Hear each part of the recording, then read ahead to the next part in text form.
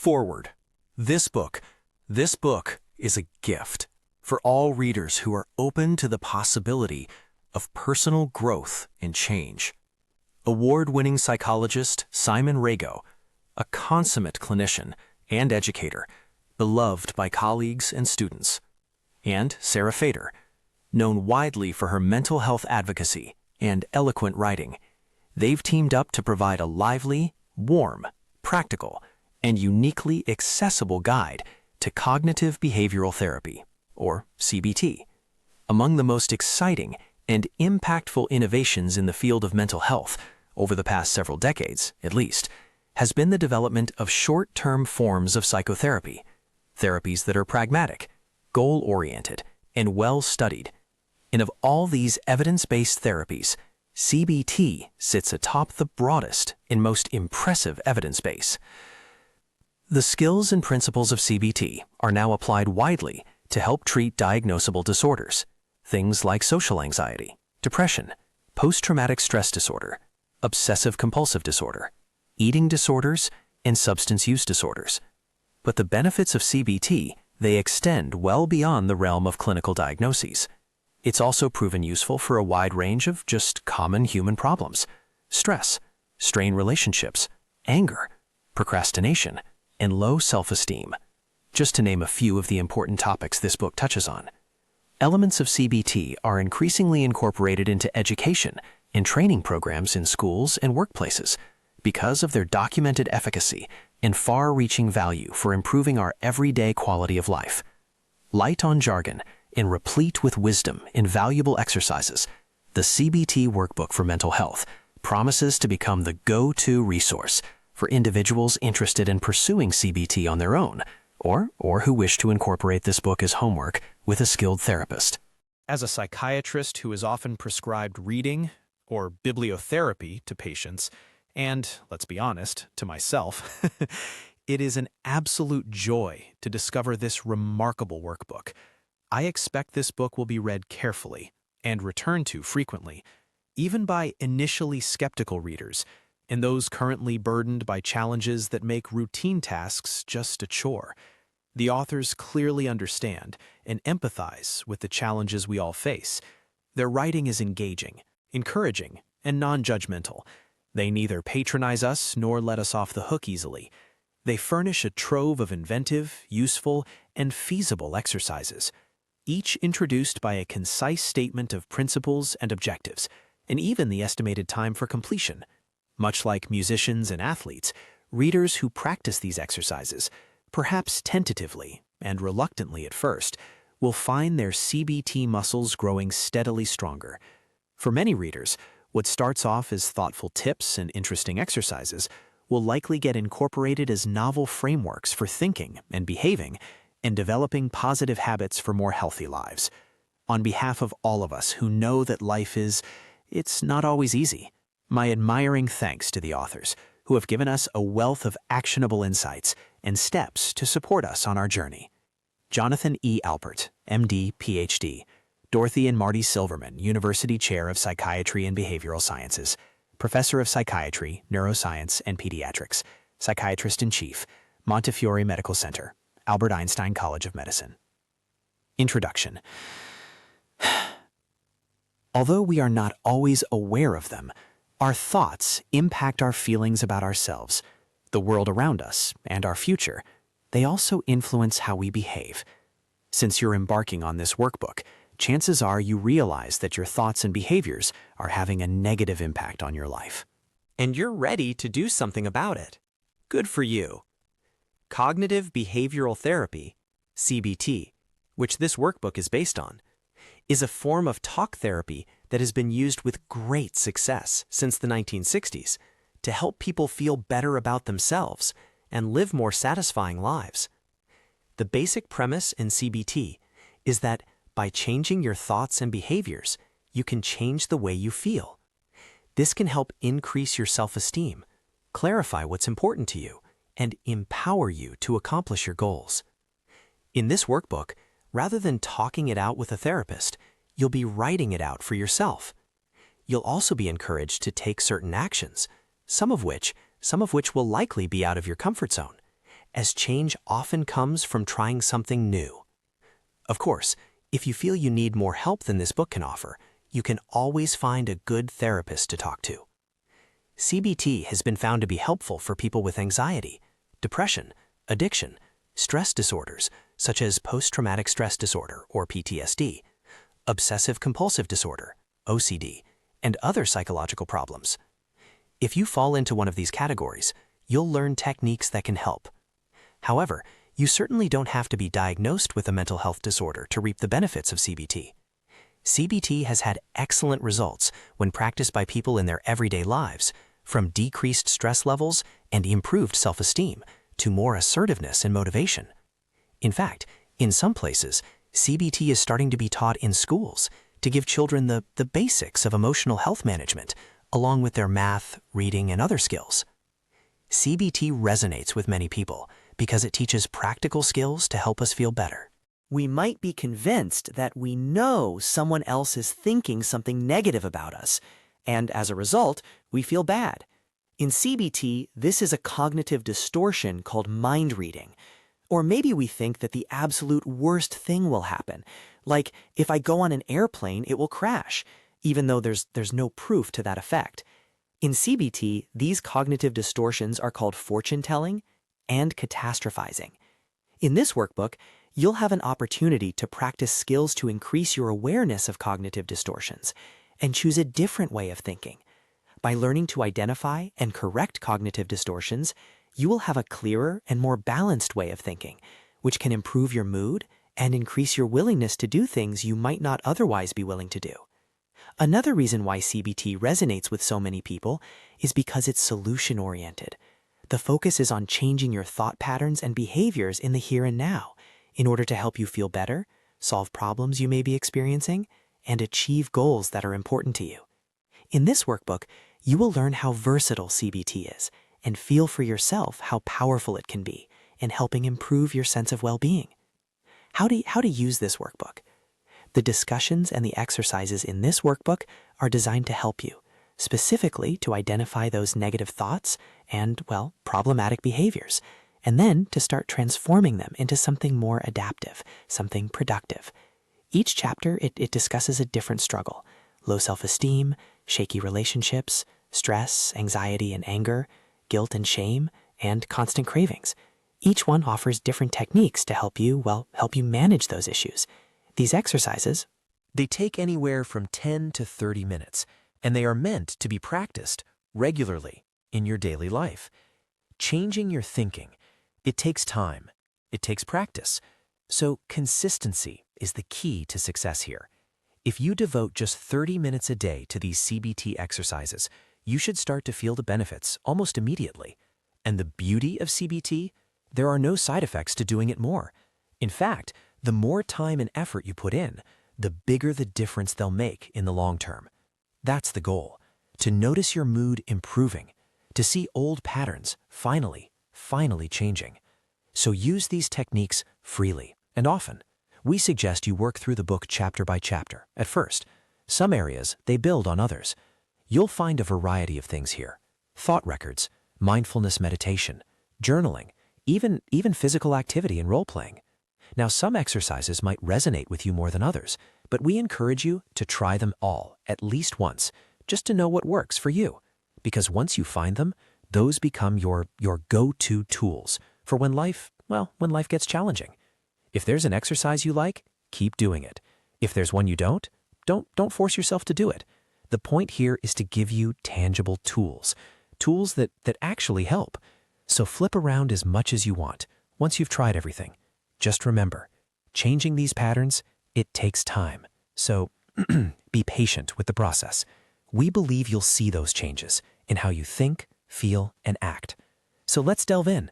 Let's see how CBT can better your mindset and improve your life, starting with a quick lesson on, understanding CBT itself. Now, if you're reading this on a touchscreen device, you can still add notes. You can still highlight text, just like a physical workbook.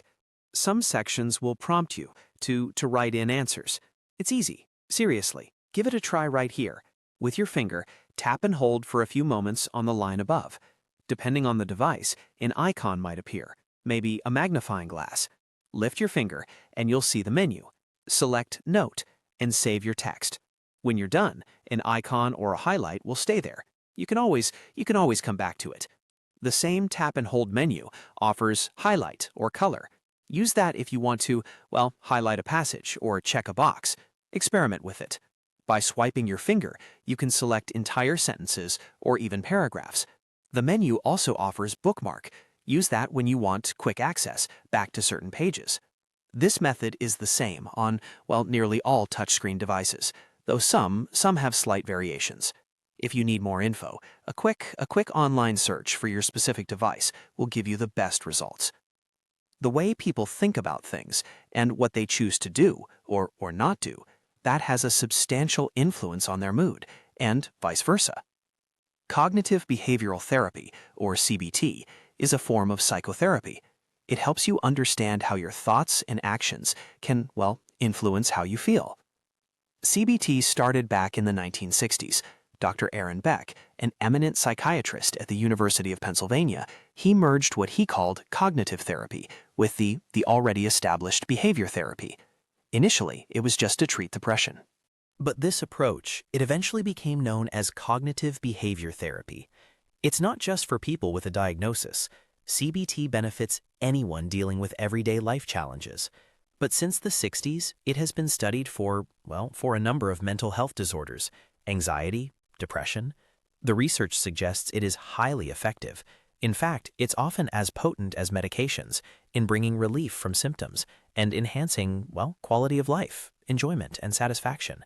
For example, research in Clinical Psychology Review found that response rates for anxiety averaged, 49.5% and 53.6% at follow-up. Other studies have found response rates ranging from 50 to 75% for social anxiety and 70 to 80% for primary insomnia. 80%. In many instances, like with major depression or OCD, CBT can be combined with medications to maximize the benefits. And these effects, they remain strong and significant up to 2 years after treatment. To sum up, based on more than 50 years of research, there's no doubt CBT is a well-established, safe, and effective option. Most experts agree CBT should be the first approach therapists use. There is more evidence that CBT works than any other form of psychotherapy. Unlike some other forms of talk therapy, CBT is short-term. It's goal-oriented. While there are some exceptions, many people see their CBT therapists for maybe 12 to 20 visits, once a week, 45 minutes, over the course of, say, 3 to 5 months. In CBT, you work primarily in the here and now. You set practical goals aimed at helping you feel better and live a more fulfilling life. The emphasis is on learning new skills, changing negative thought patterns, fixing problematic behaviors. In some cases, it's useful to have a trained therapist to guide you. In many cases, however, what makes the treatment so successful is the person's willingness, the motivation, the commitment to practice the exercises between sessions. So you can use this workbook as a standalone resource, or as homework if you're already in treatment. Either way, the most potent ingredient in CBT is putting in the time. And once you learn them, these skills will empower you. You'll feel confident enough to manage future life challenges on your own. How does CBT work? It relies on practical tools to help you change your thoughts and actions. It helps you gain insight into patterns of thinking and behaving that you may not even have been aware of. At the same time, it helps you focus on making changes, learning to separate your rational mind from your emotional mind, and then to integrate them. For some people, that doesn't come intuitively. Remember, CBT is a skills-based approach, and like learning any new skill, it can take time to become good at it. Before we move on, let's debunk 2 myths. 1. CBT is not about thinking positively. It is about thinking rationally. Sometimes life is just not positive.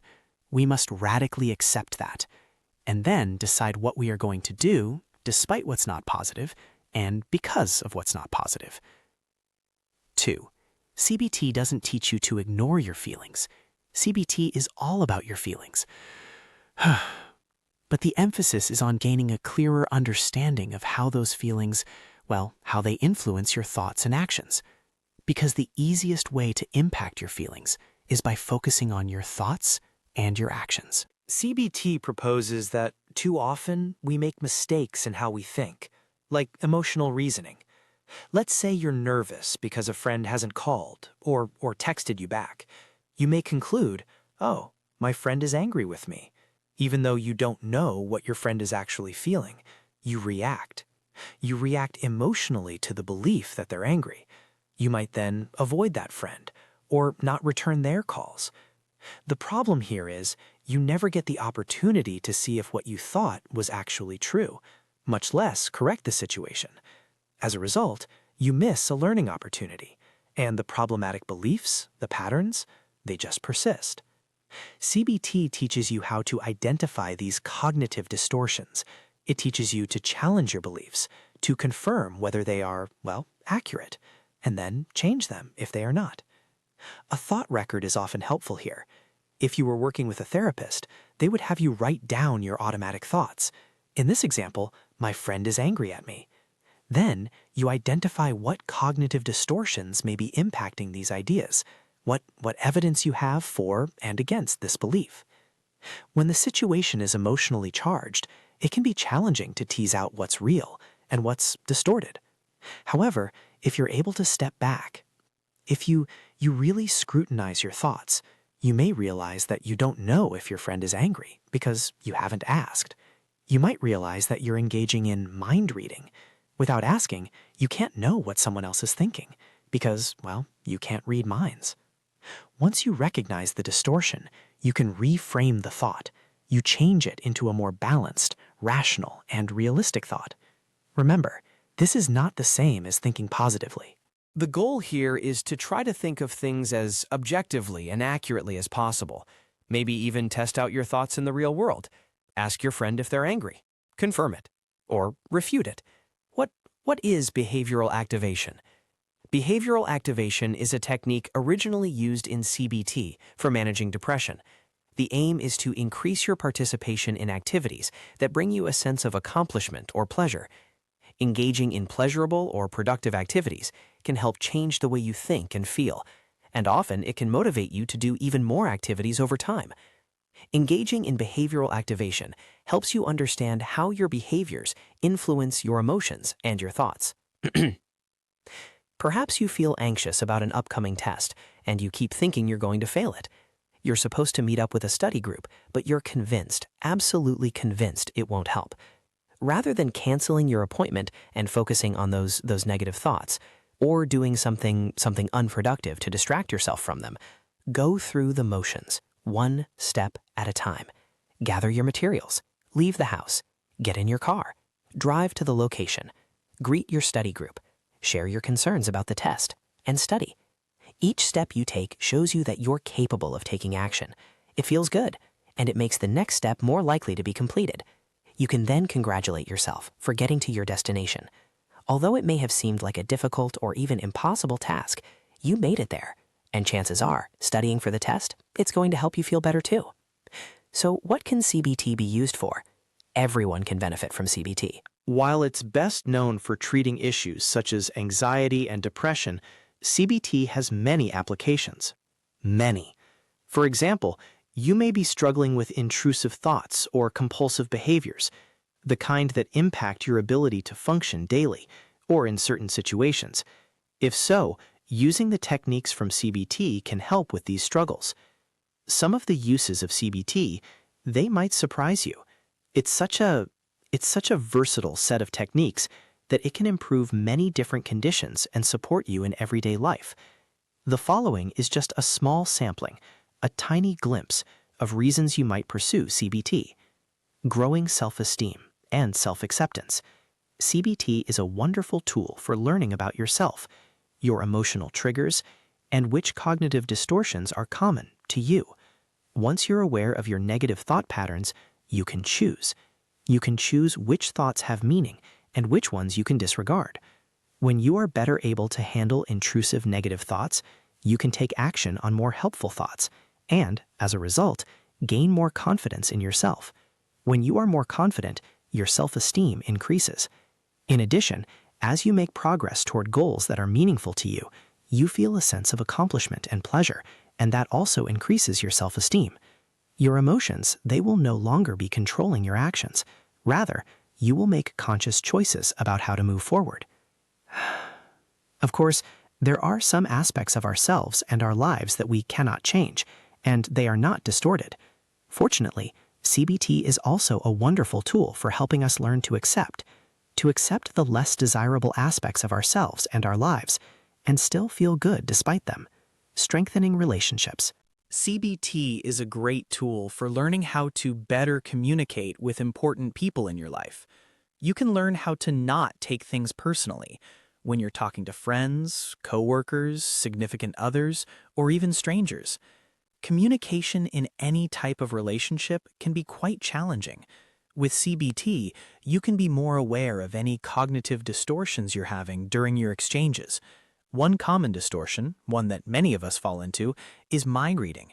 We just assume we know what someone is thinking or feeling without actually checking with that person. When you learn CBT skills, you will learn to catch, challenge, and change that distortion, and find proactive ways to communicate effectively in all types of situations. Managing stress, anxiety, and anger. Life is full of stressors, some of which make us anxious, angry, or just generally stressed out. We all have our unique stressors. CBT offers concrete methods to identify them and manage the issues. For example, you might suffer from anxiety and predict the worst will happen in a given situation. That's called catastrophizing, and you can learn how to catch, challenge, and change that distortion. When you learn about cognitive distortions, you will start to recognize them more easily when you're in a situation that provokes stress or anger. When you are facing these situations, CBT can provide you with tools that will help you get back into a reasonable frame of mind. It calms your response, allowing you to select the most productive action available to you. Letting go of guilt and shame. Guilt is associated with thoughts of regret for things we did or did not do. While nearly everyone feels guilty, there is nothing you can do to change the past. The best course of action is to examine how these thoughts and feelings are impacting you now. Take accountability for your past actions and let go of the guilty feelings by catching, challenging, and changing thoughts associated with guilt. CBT techniques will show you how to acknowledge the thoughts that are causing your guilt and how to reframe them so you're able to see things in a more balanced way. When you feel shame, it's typically because you believe you have violated a social norm. Sometimes we feel shame from within. Other times, outside forces attempt to shame us. CBT teaches that excessive shame is often a product of distorted thinking, and even when it isn't, it is often not helpful to dwell on it. Therefore, the more you learn to identify when you feel shame, the better able you will be to start reframing your thoughts and taking productive action in order to help diminish those feelings. Coping with constant cravings. People who struggle with constant cravings, whether for substances, drugs, alcohol, or food, or impulses for other potentially problematic behaviors, like shopping, gambling, or even extreme sports, they can benefit from learning CBT tools. CBT can complement treatments for substance abuse issues, or it can be used alone to combat problematic cravings that have not yet reached clinical levels of severity. You will learn how to identify and manage cues and triggers, as well as the emotions, thoughts, and behaviors associated with your cravings. You'll break them down to see their components. That way, you can better understand how to cope and make different choices. Managing psychological disorders. CBT is a short-term, present-focused, structured approach. It allows people dealing with psychological disorders to change the way they feel by modifying their thought processes and behavioral patterns. This sort of structured treatment approach can be an extremely helpful method, teaching you how to manage symptoms and live a fuller life. While CBT may help people manage their psychological symptoms, it may take more than a workbook to help them get better. If you're already in therapy, this book, it shouldn't be seen as a replacement. It's not a replacement for working with your therapist or taking prescribed medication. Rather, use it as a supplemental tool to enhance your therapeutic experience. Whether your therapist recommended this book or you've discovered it yourself, it's a good idea to let your therapist know. Let them know that you have this workbook and when you plan to start using it. The 10 cognitive distortions. Being familiar with the cognitive distortions is integral to the work you are doing in this workbook. You will need to know these to practice cognitive reframing, which involves catching, challenging, and changing your thoughts about something. Cognitive reframing modifies your emotional reactions toward a trigger, and it broadens the range of actions available to you. You may want to flag this page or take a snapshot of it so that you can easily refer to the distortions as you do the exercises.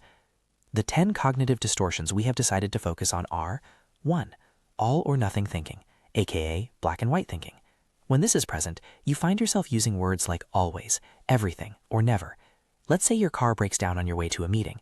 You may say something like, "This always happens to me," or "Everything is messed up." It's important to realize that there are shades of gray. Likely your car doesn't always break down, and sometimes things do go your way.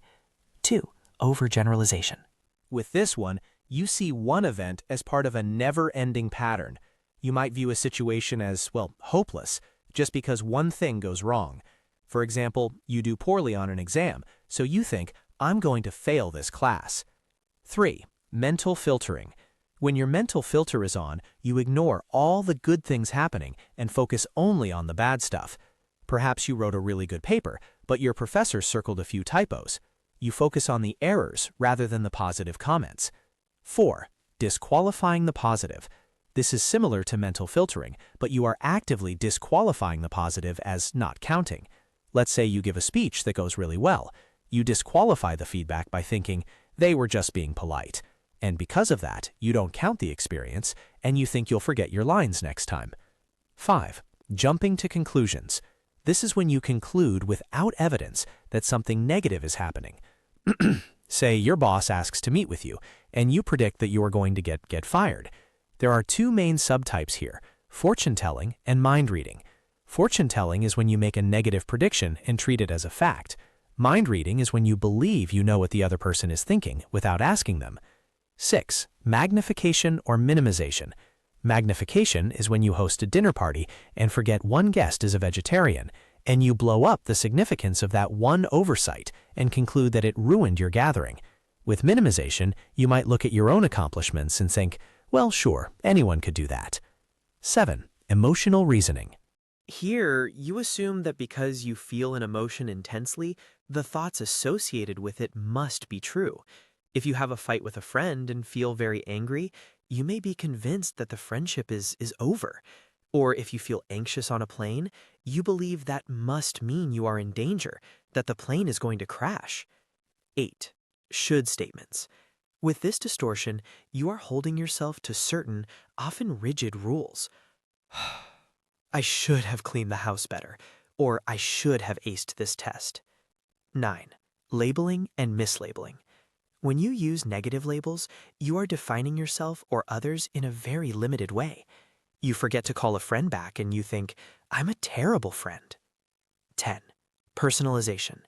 Even though you may not have any control over a situation, you make yourself to blame. If someone around you is upset, you conclude that you must have done something to upset them.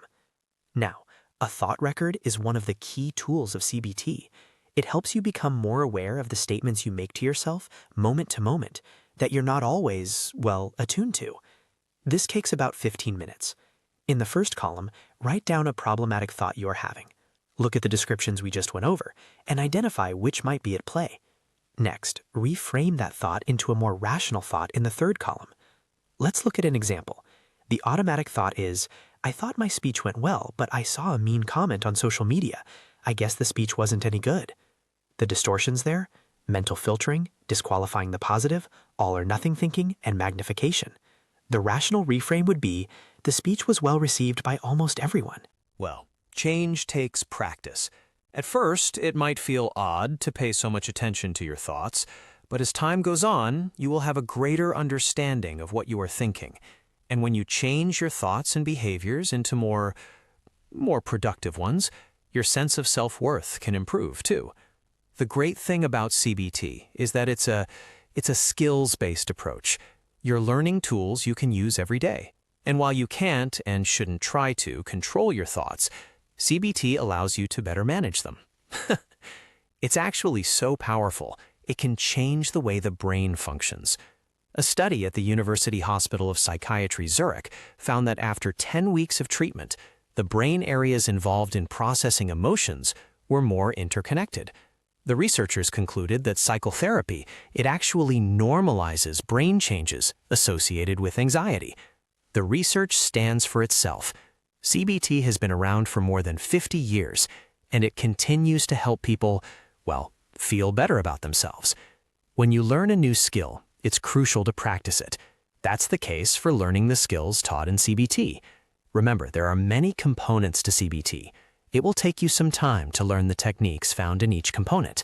The more you practice, the better you will become at using them, until they become second nature to you. You probably don't need to make major changes in the way you live. And even if you do, we encourage you to think of big changes as nothing more than a series of little changes strung together over time. There are many little things you can do each day to develop these skills and keep them sharp. Just doing these little things can have a major impact on your life. And once you learn the skills, you will always have the tools with you, as long as you keep practicing. Therefore, when you have a challenging situation in front of you in the future, you can better handle it by tapping into the CBT toolkit you have built in your mind. The following are some tips for practicing CBT daily. First, be flexible in how you think. Allow yourself to see the middle ground. If you find yourself using words like always, never, nothing, every time, stop yourself. These are extreme words that foster all or nothing thinking. If you think things will always be a certain way, it's likely linked to why you feel unhappy or dissatisfied. This is a fatalistic way of viewing the world. Instead of saying, I always feel down, you can change that statement to, I often feel down, or I feel down right now. Consider alternative thoughts. Before deciding the way you think about something is a fact, consider how other people might view the situation. Then consider the costs and benefits of continuing to see the situation the way you do. Being flexible in your thinking allows you to reframe your problematic thoughts into more helpful ones that you can then act on. Next, be more mindful. Sometimes you just feel bad or are having a bad day, and you don't know what caused it. That happens to many of us. That's why mindfulness is so important. Basically, mindfulness as a skill involves focusing your attention on the present moment and observing what's there, inside or outside you, without judging it or trying to change it. When you start to feel any uncomfortable emotion, it may be helpful just to pay attention to your emotion without judging it. You can also observe the thoughts going through your mind. What do these feelings and thoughts lead you to want to do? Remember, the skill is to simply notice without judgment. The more you observe your thoughts, feelings, and sensations without judging them, the better you'll understand the effect they can have on you, and the more adept you'll be at letting the problematic ones go. Moving on, feel your feelings.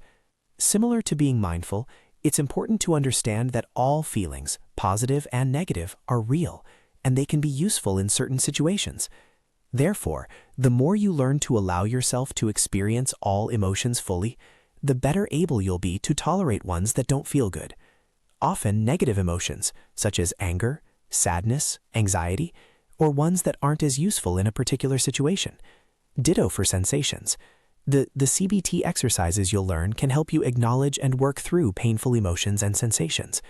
For example, when you feel anxious, don't run away from that feeling by doing something to escape it. Rather, allow yourself to experience the anxiety and work through the feeling, even if it's uncomfortable. Notice and describe the way anxiety feels in your body, but don't try to do anything about it. Just observe and see what happens. That way, you give the anxiety, or whatever you are feeling, less power over you. And you'll feel more confident in your ability to experience it in the future. Part of CBT involves accepting the way you feel in the moment. It also involves understanding that your feelings, they aren't permanent. The idea that feelings don't last forever can be comforting in the moment. Also, embrace the unknown. Many people don't do well with uncertainty.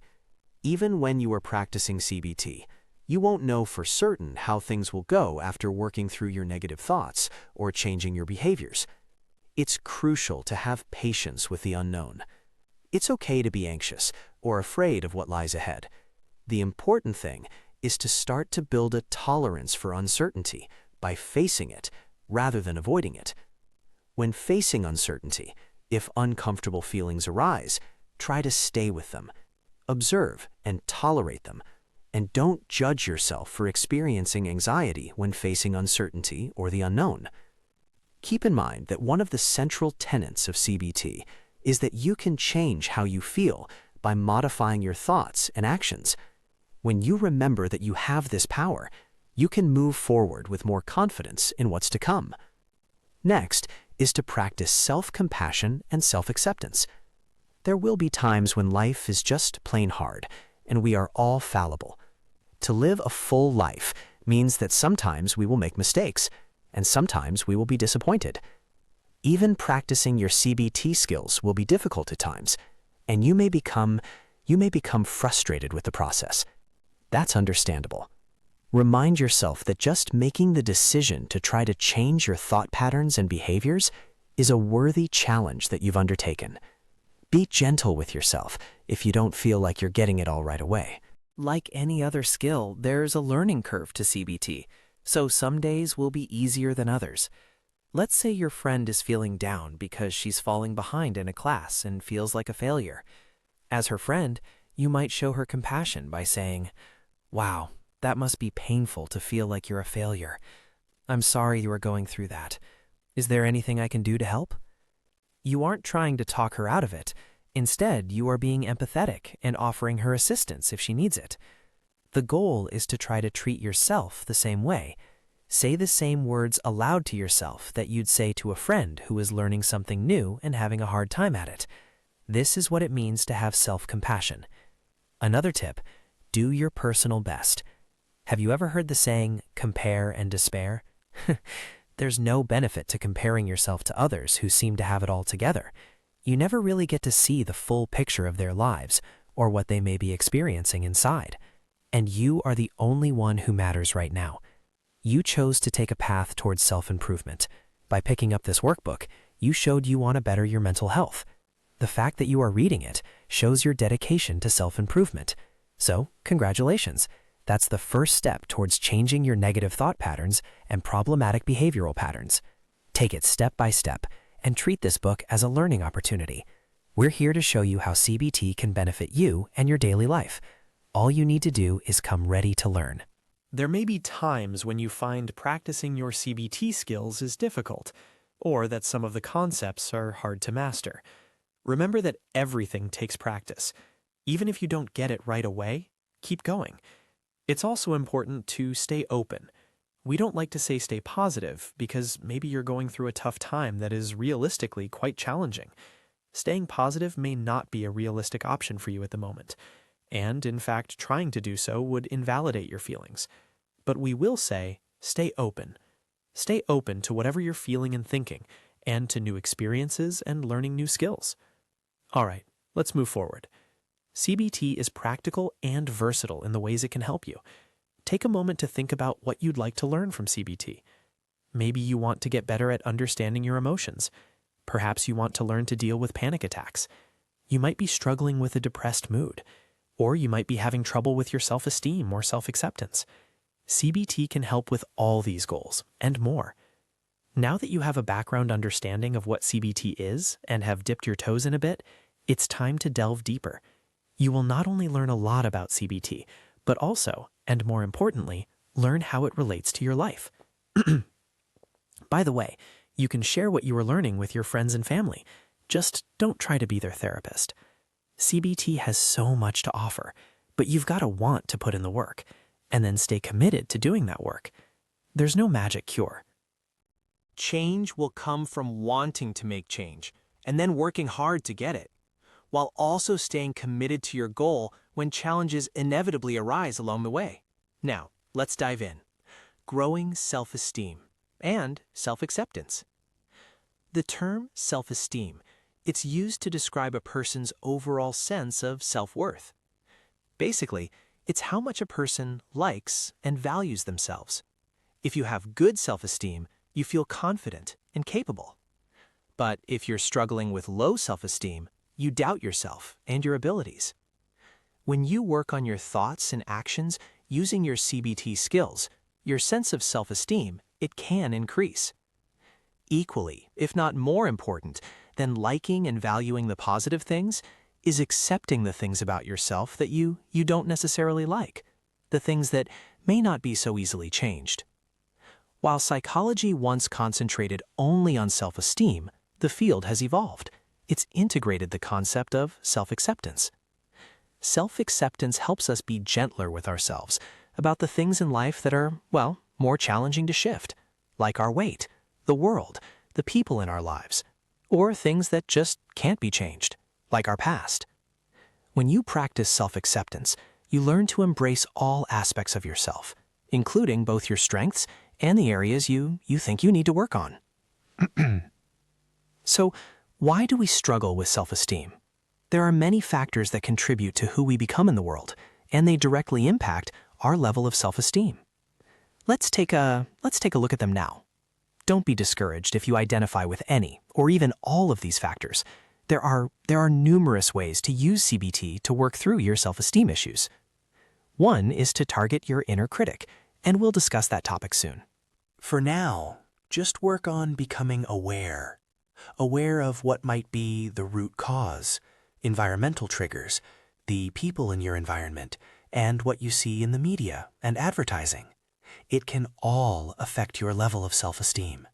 Perhaps you were raised in an overly critical household, a place where virtually nothing you said or did was good enough. Or perhaps you received a lot of critical feedback from peers, teachers, or coworkers. Maybe you fell into the trap of comparing yourself to society's ideal standards or other people you saw as being on a pedestal, and you criticize yourself for not meeting those standards. Criticism has a huge impact on self-esteem, so we'll look at it much more deeply in the next section. Bullying. If you were the victim of bullying as a child or an adolescent, those wounds, they can linger. They linger into adulthood and impact your self-esteem. If the bullying started in adulthood, and it's a misconception that it happens only to children, it can cause you to rewrite your history. It changes how you've always seen yourself. Bullying can happen in the workplace, at school, in social settings, on the internet, even at home. Bullies know how to target a person's insecurities. They know how to manipulate them. That causes the person on the receiving end to question their sense of self and value, and that leads to self-esteem issues. Breakups and other types of rejection. Breaking up with a significant other hurts, and it can be a significant blow to your self-esteem.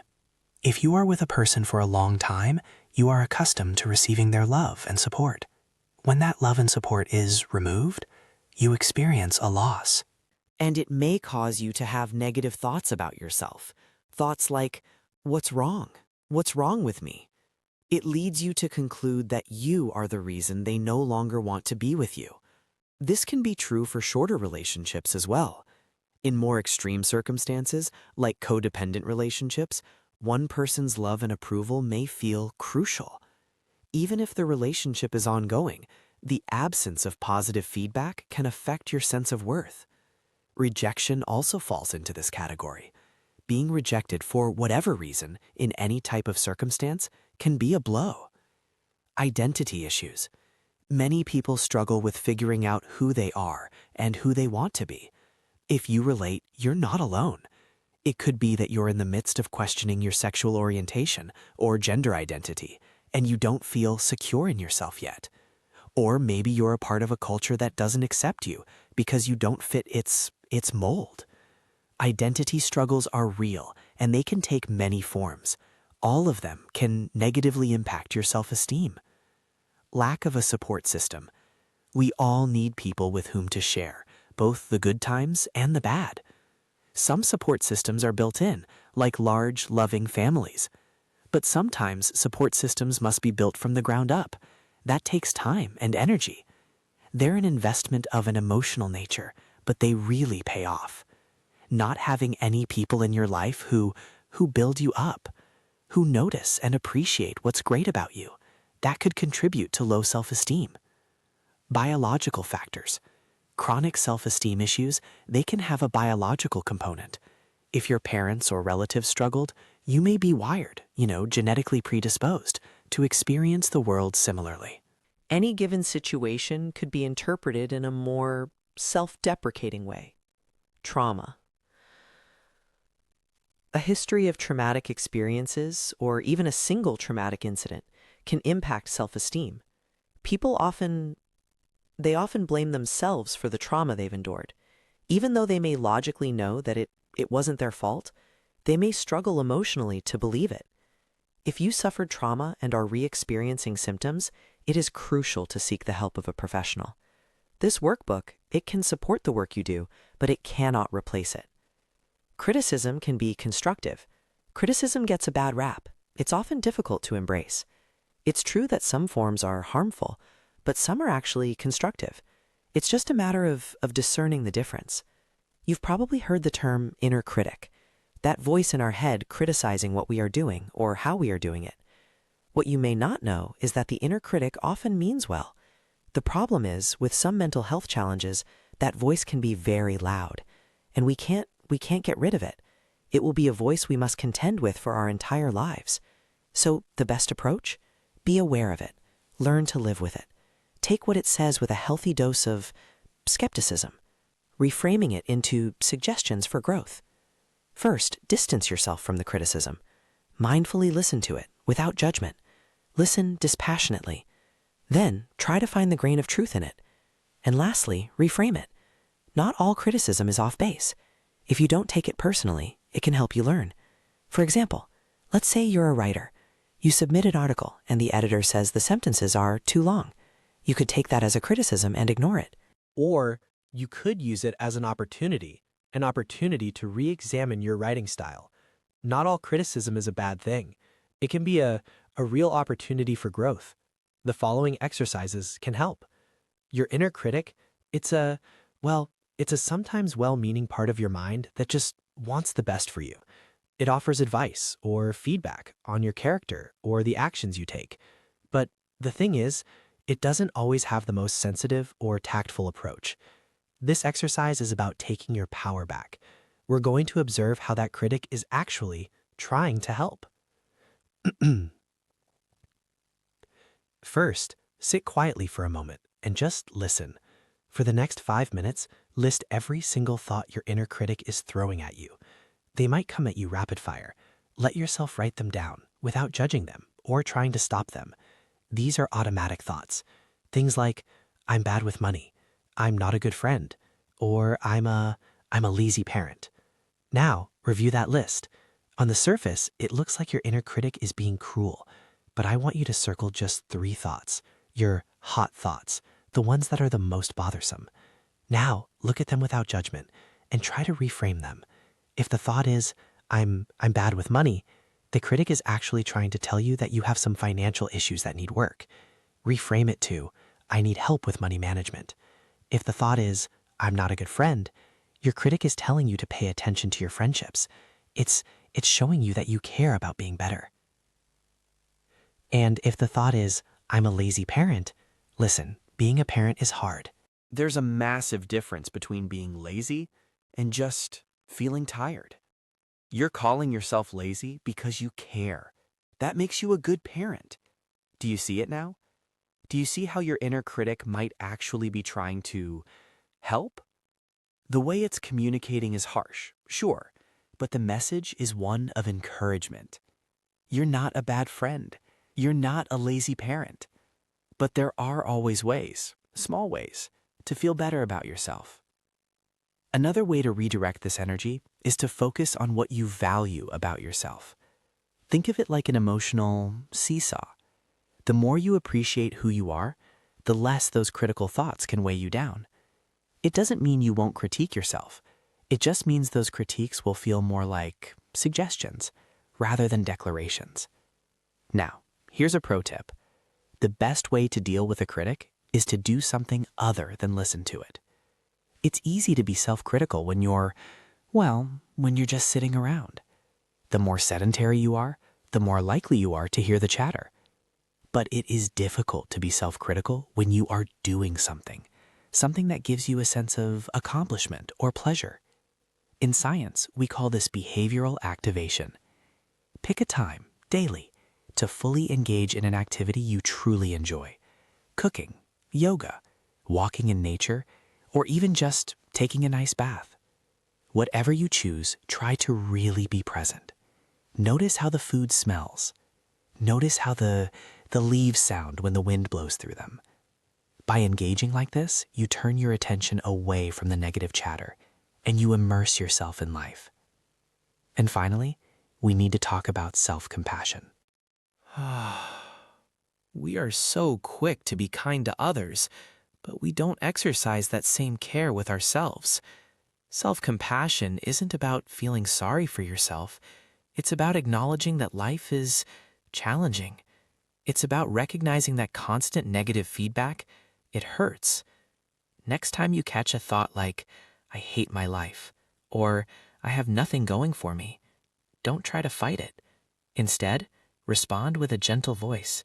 Say, wow, that sounds painful. I'm sorry you're hurting. You've certainly gone through a lot lately. Remind yourself that your feelings are real. Life isn't easy, and recognizing that, well, that can alleviate the suffering. Be good to yourself. You deserve it. If you've been feeling down for some time now, you're probably accustomed to hearing repetitive, cruel thoughts about your character, the world you live in, or your future. One way to combat these thoughts is to develop and use affirmations. Affirmations are their statements or mantras that can work directly against those negative ruminations. To get your attention away from those negative thoughts, use an affirmation that really resonates with you. Repeat it frequently when the negative self-talk starts to arise. Here's how to choose one. Think about something simple and straightforward, something you would say to a friend who is having a tough time. For example, you're doing the best you can. Then rephrase it to speak directly to yourself. I'm doing the best I can. My thoughts don't determine my worth. I'll just focus on what's in front of me and take it one step at a time. I know these statements feel true, but feelings aren't facts. It's essential to craft a statement that resonates with you. So play around with this a little. You can choose more than one statement that helps you cope with your specific ruminations. Try to come up with 3, maybe 5 affirmations and write them down.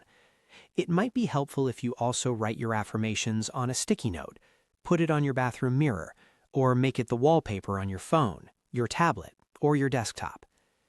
Now, let's talk about putting an end to rumination. Rumination is a form of perseverative thinking, repeatedly thinking about the same thing, over and over and over again. It focuses on negative content, generally involving the past and present, and it nearly always results in emotional distress. Over time, it has a way of slowly chipping away at your self-esteem. The more you ruminate, the more powerful it feels. One reason people ruminate is because they think they can solve these issues. They think they can solve them by dissecting and analyzing them, even though they are in the past. Human beings we're analytical creatures, and that's why rumination is so appealing.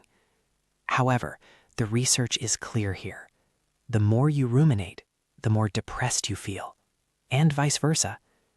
Over time, rumination can also feel increasingly difficult to dispute or even control. Even worse, people who engage in it often become accustomed to it. They don't see the powerful role it's playing in their emotional distress. But it's possible to modify this tendency. One way is to pick and choose which thoughts you actually pay attention to. You are not your thoughts, and you have the power to choose whether you listen to them or not. It's the same way you can go into a store, browse the aisles, and not buy anything. When you mindfully observe your thoughts, you can let go of and leave behind any self-critical thoughts, especially the ones that are not relevant or productive. Go somewhere you can be alone. Get comfortable.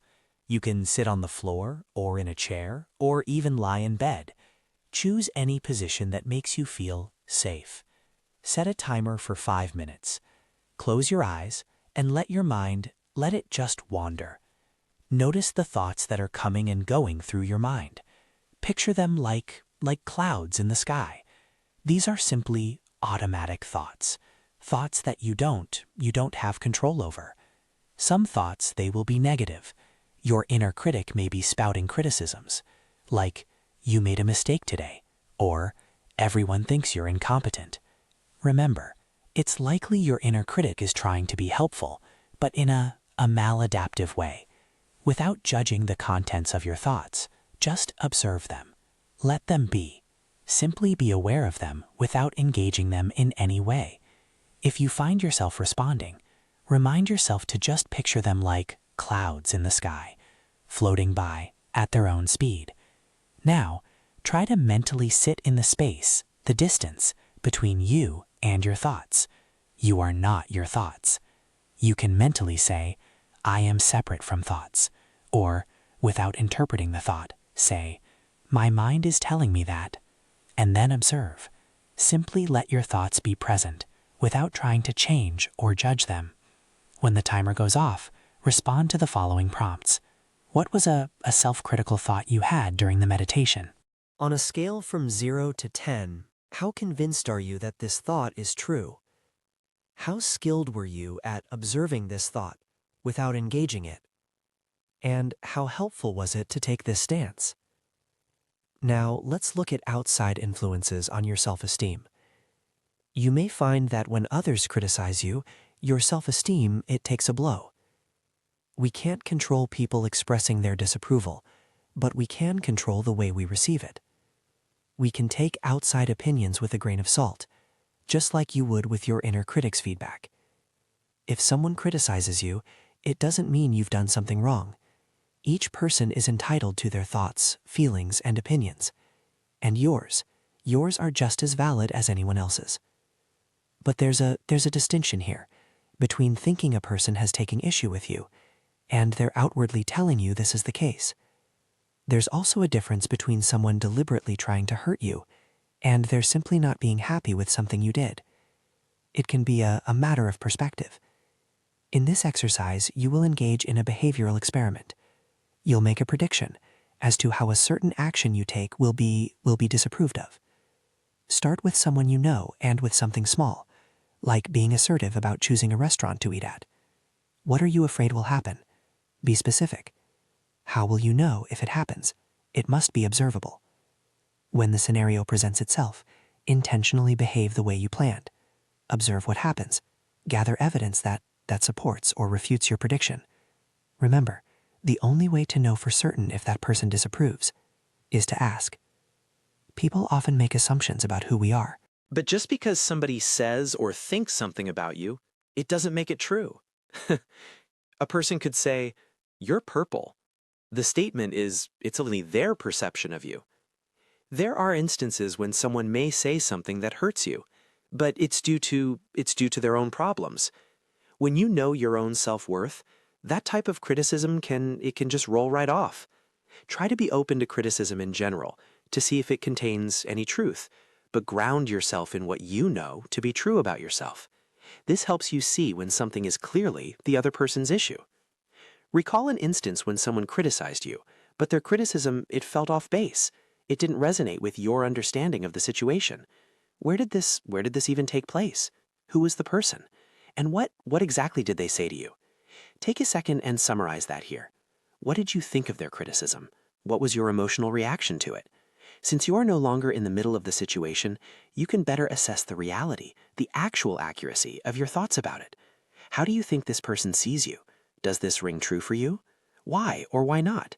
Is there anything productive you can take from this person's criticism? If so, what is it? There's a clear difference between fact and opinion. A fact is, there are stars in space, while an opinion is, the stars in space are beautiful. When someone says something about you or something you've done, and even when you say something about yourself, try to separate the fact from the opinion. Start noticing the difference. When you can separate the facts from the opinions, you can decide whether or not the facts jibe with your understanding of the situation, whether you agree with the opinions, and if there's something you want to do about it. This can increase your self-confidence because you're clear on what needs to happen next. Time for a quick exercise. Think about a recent encounter where you felt criticized. Think of the statement they made. Now decide, is it a fact or an opinion? Here's a work-related example to get us started. You were 2 days late with your report. That's a fact. You're really screwing up. That is an opinion. I'm going to write you up. That's a fact, a consequence. In this case, you know that you were late. There are consequences. However, the boss's comment that you're screwing up, that is your boss's opinion. You don't have to take anyone's opinion to heart and make it your own. Here, you might just decide to up your game to avoid another late report. Now, it's your turn. Tip: what's great about this exercise is that you can also use it for the conversations you have with yourself. Discerning fact from opinion is a great way to see what assumptions you're making and reframe them into more constructive feedback that helps you grow. Embracing personal growth. If you feel stuck in your negative thinking, you know that's an upsetting space to be in. When you're feeling down about yourself, it's natural to reach out for support, but it's not up to your loved ones to make emotional changes for you. Personal growth requires motivation, but it's a bit of a catch-22, because those pervasive and disruptive thoughts, They may be interfering with your motivation. Remember that even though we can't prevent thoughts from happening, we do have the power to decide what to do with them. So rest assured, once you're able to reframe your negative thinking patterns, the motivation you feel you are lacking, it will appear. The more you practice CBT, the better you will become at deciding what to do, directing your attention to the thoughts that will help you rather than hurt you. When you start feeling better, your motivation will increase, and so will your confidence. You're growing as a person, and that's a beautiful thing. Of course, everyone has strengths and weaknesses. It's all about how you approach the improvements you want to make. You don't need to criticize or punish yourself just because you've been facing a challenge. With these skills, you will feel better equipped to handle what life throws at you. You will have greater self-confidence and greater self-acceptance. You will find that your sense of self is clearer. You aren't taking things so personally anymore. You will discover that you're more motivated and committed, putting your energy into things that bring meaning to your life.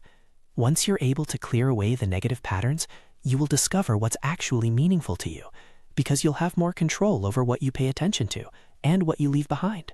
That is one of the most powerful feelings you can experience. Autonomy. Autonomy over your thoughts, your feelings, and your actions. That is personal growth. When your self-esteem needs a boost, bringing to mind what you are grateful for can go a long way. Focusing on the good can also improve your mood. This isn't about convincing yourself that everything's great, but about recognizing that there are some great things, no matter how small, things you can appreciate in your day, each and every day. List 3 things you are grateful for today. Even if you had a bad day, you can still find things to appreciate. Maybe you had your favorite muffin for breakfast, or had a nice conversation while running an errand. If it feels like nothing positive happened, try to find some small thing, even if it's just that the sun came out. It's not easy at times, but the more you identify these small things, the stronger your gratitude muscle becomes. If all else fails, think about a recent day when good things did happen. Close your eyes, envision that day, and then list those 3 things. In the same way, it's important to give your inner critic time off. When you're trying to improve your self-esteem, it's especially important to do things that make you feel good about yourself. Self-care. When you engage in activities you find pleasurable, or that give you a sense of accomplishment, your mood improves. It fosters more positive thoughts. It may take some time for improvements to kick in, but if you keep at it, you can stack the deck. You increase your odds of feeling better in the long term. Think of 5 to 7 activities that give you pleasure or a sense of mastery. Maybe you like to write in a journal, get a pedicure, or take a bath. Maybe you need to, do some dishes, get some groceries, answer some emails. These don't have to be extensive activities. They don't have to cost a lot of money. If you're still stumped, do a quick search for behavioral activation activities. See what resonates. Do at least one thing on your list each day for a week and notice your mood. There are likely many things you don't notice about yourself. Things that, if you paid more attention, would increase your self-esteem.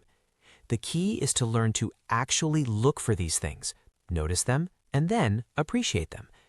Keeping a self-esteem log gets you into the habit of doing this. Each day, try to identify at least one thing you did well, one thing you enjoyed doing, and one thing you did to help someone else.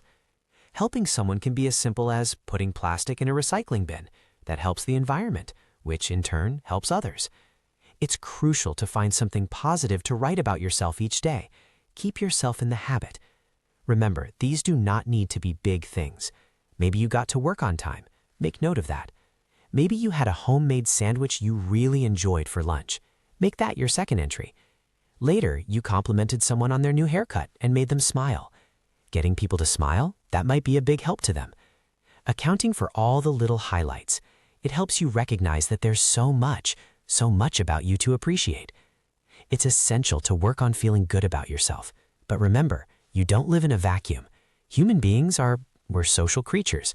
Even people who mainly like to spend time alone, they can still benefit from a support system. Meaningful friendships and relationships enrich our lives. They serve as a buffer against stress and low moods. Look, it's natural to want to isolate when you don't feel good about yourself. But isolation, it can perpetuate the cycle of depression. It can completely enhance those anxious feelings. This is exactly why it's crucial to seek out, nurture, and maintain meaningful relationships, even when you really don't feel like doing so. You don't have to look for a massive group. Having even one or two supportive people in your life, that can serve as a big buffer to emotionally challenging events. Having meaningful friendships can help you feel comforted, less alone in the world. Life can be full of joyous moments, but it can bring stressful and unpleasant moments too. When you have meaningful relationships, they can help you cope with these stressors. During times of stress, a friend or partner can help you feel supported. That person can also be there to assist you when you slip up, to help you make better life choices. A friend or partner is a person to bounce ideas off of, to get another perspective from, and to just be there for you when you're feeling lost or down. Friends and partners are there to listen when you need someone to hear what's on your mind. Meaningful friendships and relationships actually help your mental and physical health. According to research discussed on Life Science back in 2010, having good friends may literally extend your life. The CBT exercises in this chapter, they can help you foster more meaningful relationships, more positive interactions, and in doing so, you grow emotionally as a person. Human beings often seek others to just hear and understand them. Healthy relationships occur when there's respect, as well as open and honest communication. When this type of emotional environment is present, it can enhance the way you feel about yourself. At times, however, all relationships can be challenging.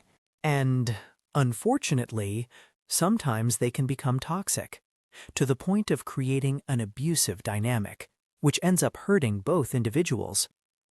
Most often, however, relationships encounter a variety of less serious challenges along the way. One such challenge is not being able to speak up for yourself. In some relationships, whether it's a friendship, family connection, or romantic partnership, it can feel incredibly challenging to speak up. One reason for this might be that you simply want to be liked. It's natural to want others to like you, to fear doing or saying things that might jeopardize their opinion of you. But a healthy relationship involves acceptance.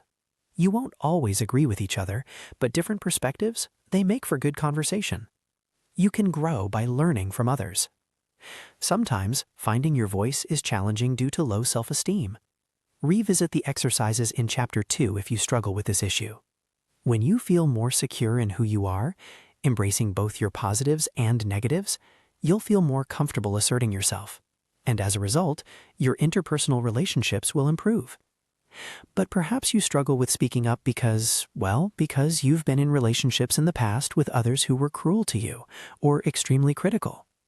It's easy to understand how it would be challenging to find your voice in future relationships. But remember, not all relationships are the same. And just because you've experienced toxic relationships before, doesn't mean all your relationships are destined to be toxic.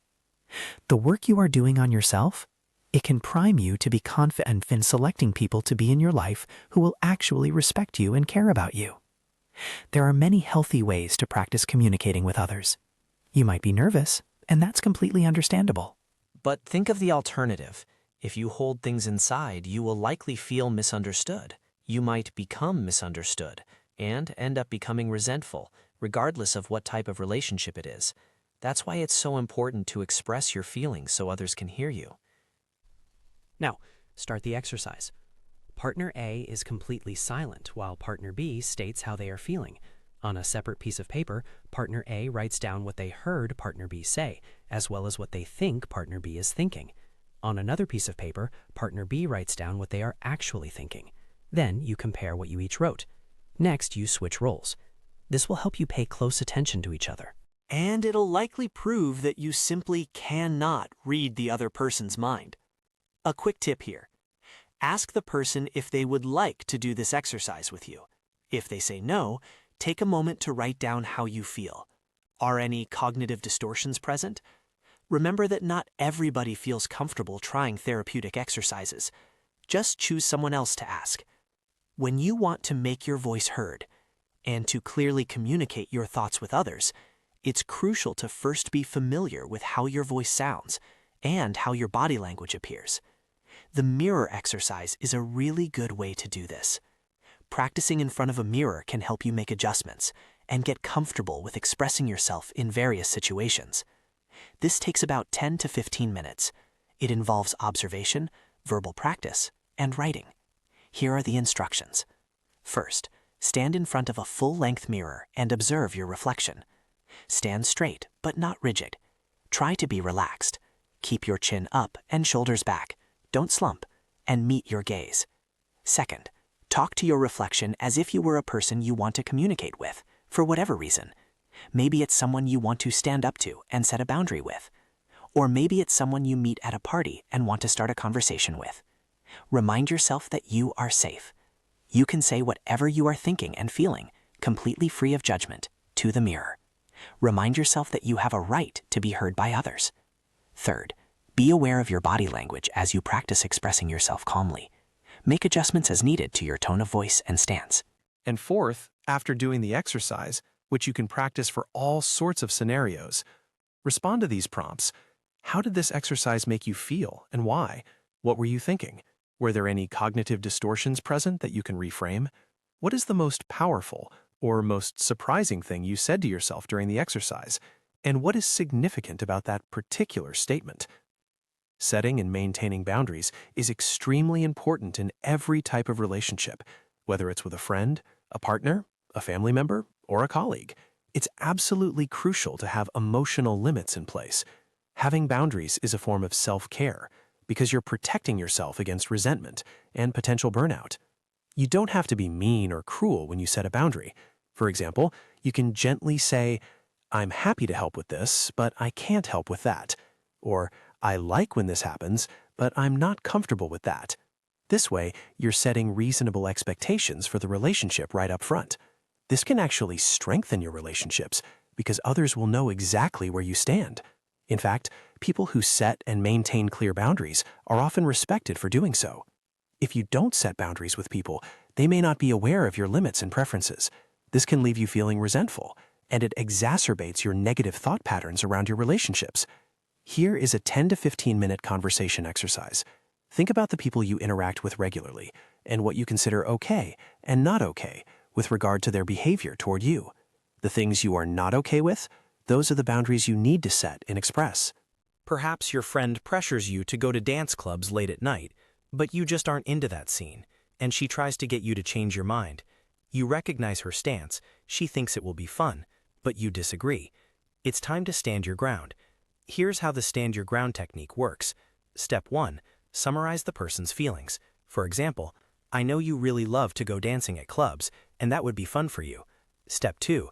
Explain that you disagree and state why you can't comply with their request. For example, "I don't like dance clubs, and it would not be fun for me." Step 3. Suggest an alternative. For example, "I'd love to go to the movies with you. We can pick one we both want to see." That way, you get to keep your boundary, and your friend gets the social time she wants with you. Respond to the following prompts. Identify a boundary you want to set with someone and why it's important to you. What alternative can you propose? What negative thoughts come up for you when you think about setting a boundary? Are any cognitive distortions present? If so, try reframing them. If you struggle with personal or professional relationships, it may be that you need to devote some thoughtful attention to the people in your life. It's so easy to get stuck in a negative thought pattern around your relationships. These exercises will help you clear away some of those cognitive distortions by taking an objective view of who is actually in your life. Many people don't actually take stock of their relationships. It's easy to start unintentionally investing energy into, well, less important relationships. And that energy could be directed to the people who actually care about us, the ones who are truly invested in our well-being. Maybe you've lost touch with who is and who isn't close to you. Maybe you notice that you feel drained after socializing, but you can't explain why. It may be time to take an inventory of the people in your life. Think of your social life as a dartboard, concentric circles. The bullseye represents your closest, most personal relationships. Each ring out is just one step removed. Now, let's look at the rings. The bullseye. These are the people you can be transparent with. It's usually a small number. Sometimes it's 0, because it requires a lot of trust. Then you have best friends, the people you can say almost anything to, but you might still hold some personal information back. Then come the close friends, the people you hang out with a lot. Depending on who is there, you're willing to share some of the intimate details of your life. Further out, we have friends, people you go to events with, do activities with, but you share much less about the deep stuff. Then, acquaintances, coworkers, friends of friends. You're friendly, but that's it. Then, familiar faces, the people at the coffee shop, the people you see around town. You know them, you say hello, but that's the extent of it. And finally, the rest of the world. Almost 8 billion people? Okay, let's do the work. Take an inventory. For every ring on that dartboard, list the people. Use their names. It's important to be clear about who these people actually are. If you don't know a name for the familiar faces, just describe them. Now, count them. Look at where your friendships might be lacking, or whether you're investing your energy in the right people. Sometimes you'll feel like a ring is too empty. Other times you might realize you have too many. Now, recalibrate. Think about where you need to invest that energy. If you want to bring someone into the inner circle, write down how. It could be as simple as starting a conversation at the coffee shop, but it might also mean distancing yourself, cutting back on people who are too close but offer little or no payoff in return. There are these small gestures, things we do for friends and family, but they tend to diminish over time. Life gets busy, and the kindness gets waylaid. It is crucial to keep those kind actions going. If a relationship feels strained, dedicate time to being intentionally kind. It takes maybe 15 minutes. Extend a deliberate gesture. Send a text that just says, "Just wanted to say hi." People love to be thought of. And when someone does it for you, say something. Reinforce it. I really appreciate that you called me. By making an effort, you're changing your behavior. Now, part of communicating is knowing how people receive information, how they receive love, affection, appreciation. In the book, The 5 Love Languages, Gary Chapman breaks this down. And look, this applies to any relationship, not just romantic ones. Think of this as extra credit. Sit down with someone important to you. Review the descriptions.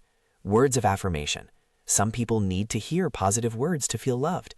Physical touch. A hug. A sincere handshake. Gifts. It shows them that the other person was thinking about them.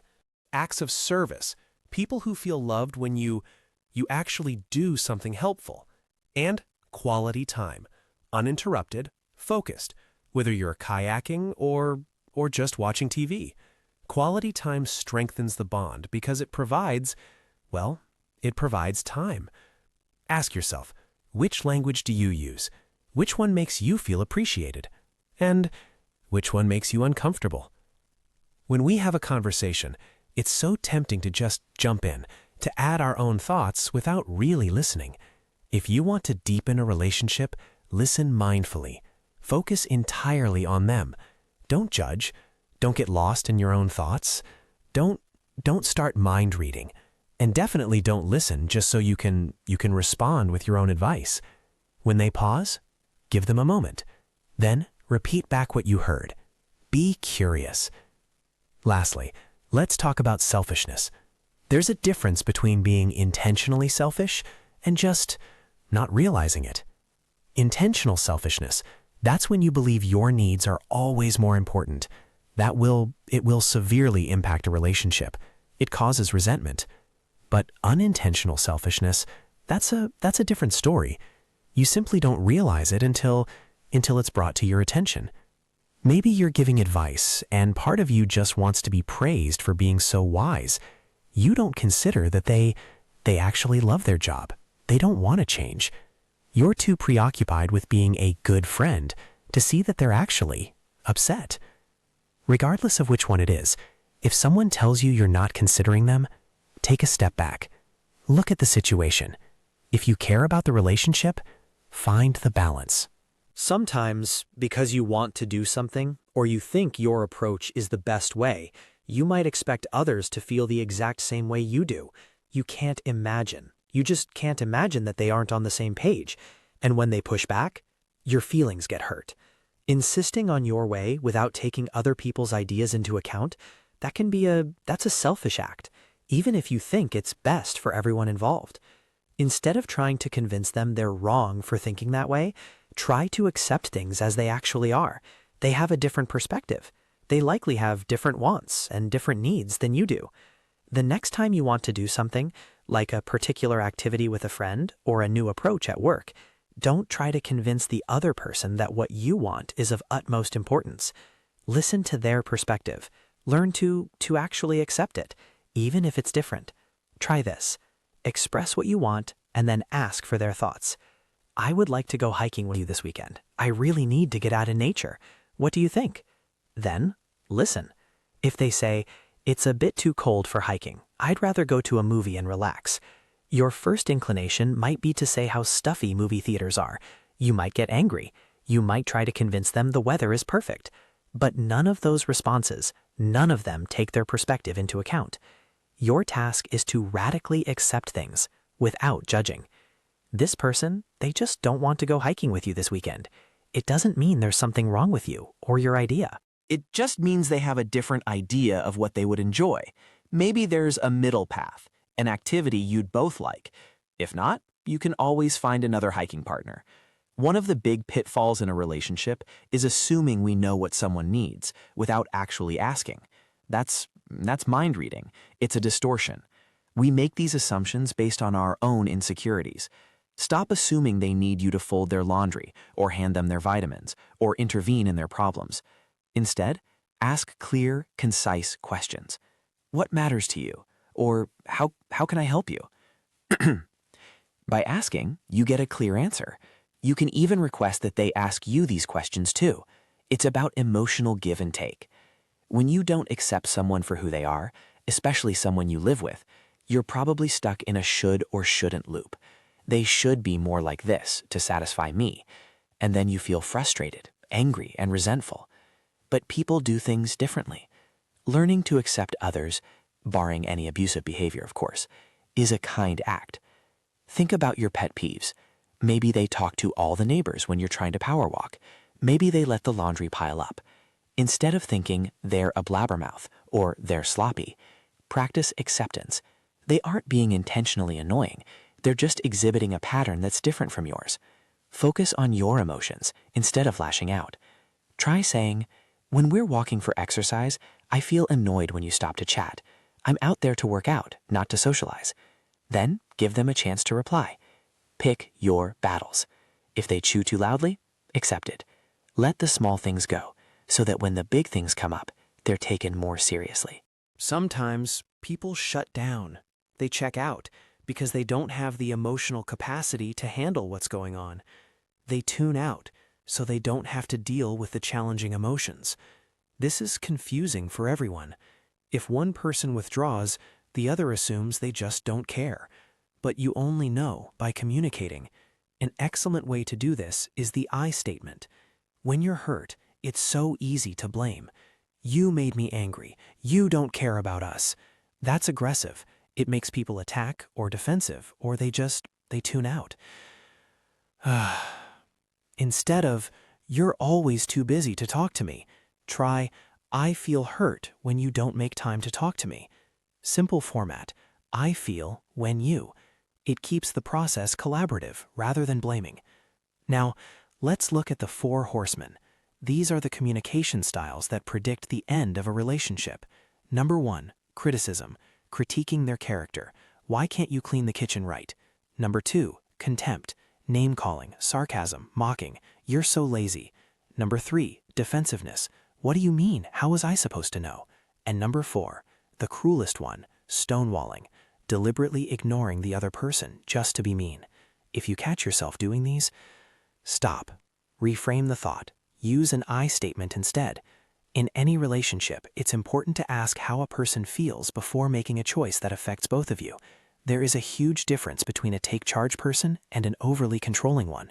If your partner is controlling your finances, or isolating you, or being abusive, reach out for help. The National Domestic Violence Hotline is 800-799-SAFE. Beyond that, strive for balance. Don't mistake your boss for your friend. Your boss, they're not going to be as sympathetic as your best friend when your dog is sick. If you expect them to be, you're going to feel upset.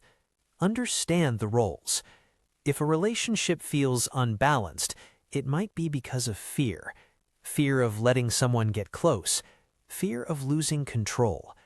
Ask yourself, what is the worst thing that could happen? Is that outcome actually likely? If it did happen, how would I cope? When you're less afraid, you can meet the other person with more confidence. And finally, the checking in behaviors. We do it to reassure ourselves because we can't tolerate uncertainty. But if you're constantly checking in, the other person gets tired of it. The relationship becomes strained. If your friend is working late, don't text them to ask exactly when they'll call. Give them space. Go do something else. If you've been cheated on in the past and you want to check your new partner's phone, don't. Leave the phone where it is. Go into the room and have a real conversation with them instead. Building trust, it takes time, and it requires effort from both of you. Stress, anxiety, and anger, they're normal, but when they feel overwhelming, that's when you need these skills. They often occur together, but they don't have to. Manage them, and you'll feel more confident about who you are and how you want to behave in this life. Managing stress. Stress can take a real emotional toll on us. It causes us to feel the whole gamut of bodily sensations, and it can impact, well, everything. Eating, sleeping, attention, and even our relationships. While it's often obvious when you're stressed, sometimes it's hard to notice. And that leads to, well, it leads to conflicts with the people you love. Later, you might regret what you said, or what you did. When we're stressed, we tend to feel overwhelmed and think the absolute worst. Maybe you're worried that you can't handle your must-dos, and you start to catastrophize. Think about it. You're taking days off for family issues. You're trying to catch up on work at night while taking care of the kids and the house. You're behind on that presentation. Suddenly, you think the family issues will never get better. You think you're going to get fired. Your kids are going to hate you. The home is just going to fall apart. That distorted thinking, that is directly connected to your stress. But here's the thing. You can take steps to calm yourself. You can actually correct those thoughts and see the reality of the situation. When you're stressed, it feels like too much. You lose focus on who is around you and what you actually need to do. You get tense, you get irritable, and then you act out. Maybe you don't know how to handle these emotions yet, and it's okay. You don't have to know what to do in this exact moment. This exercise is just to help you cope when things feel out of control. It'll take about 20 minutes. All you need to do is take a seat, close your eyes, and focus on your breathing.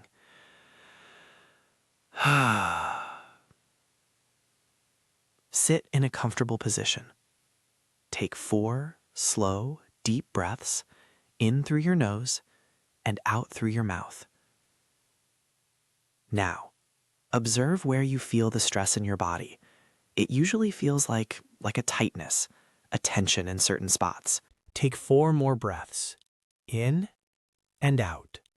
Now, let your thoughts wander.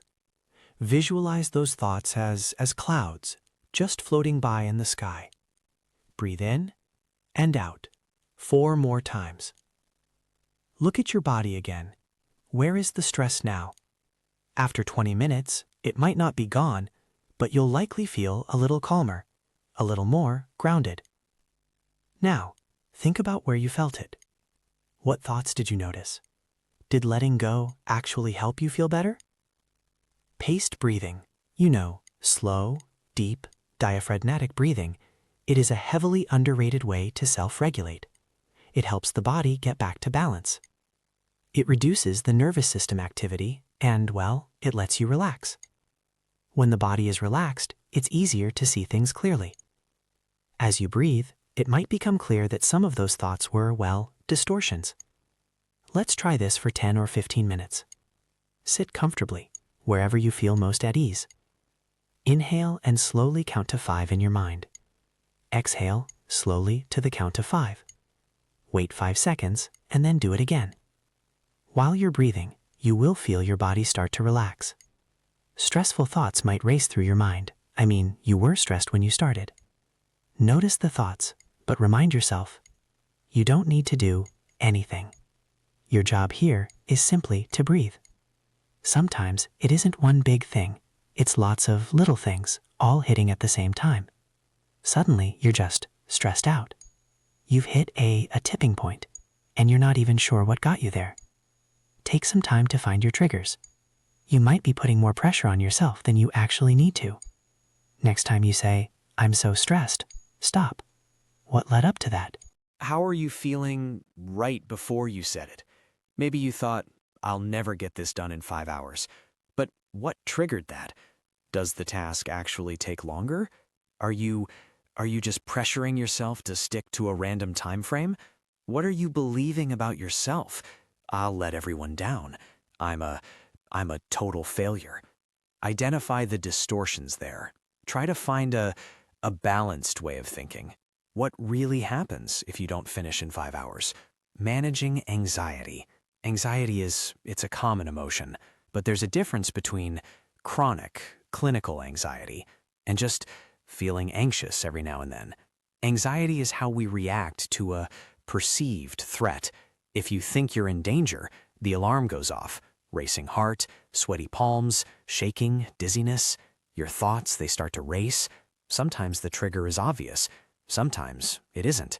One person's threat is another person's cakewalk. And look, sometimes being anxious is actually helpful. It's not always a bad thing. If you're anxious because of a speech or traveling, usually it goes away when the event is over. But for people with anxiety disorders, it's chronic.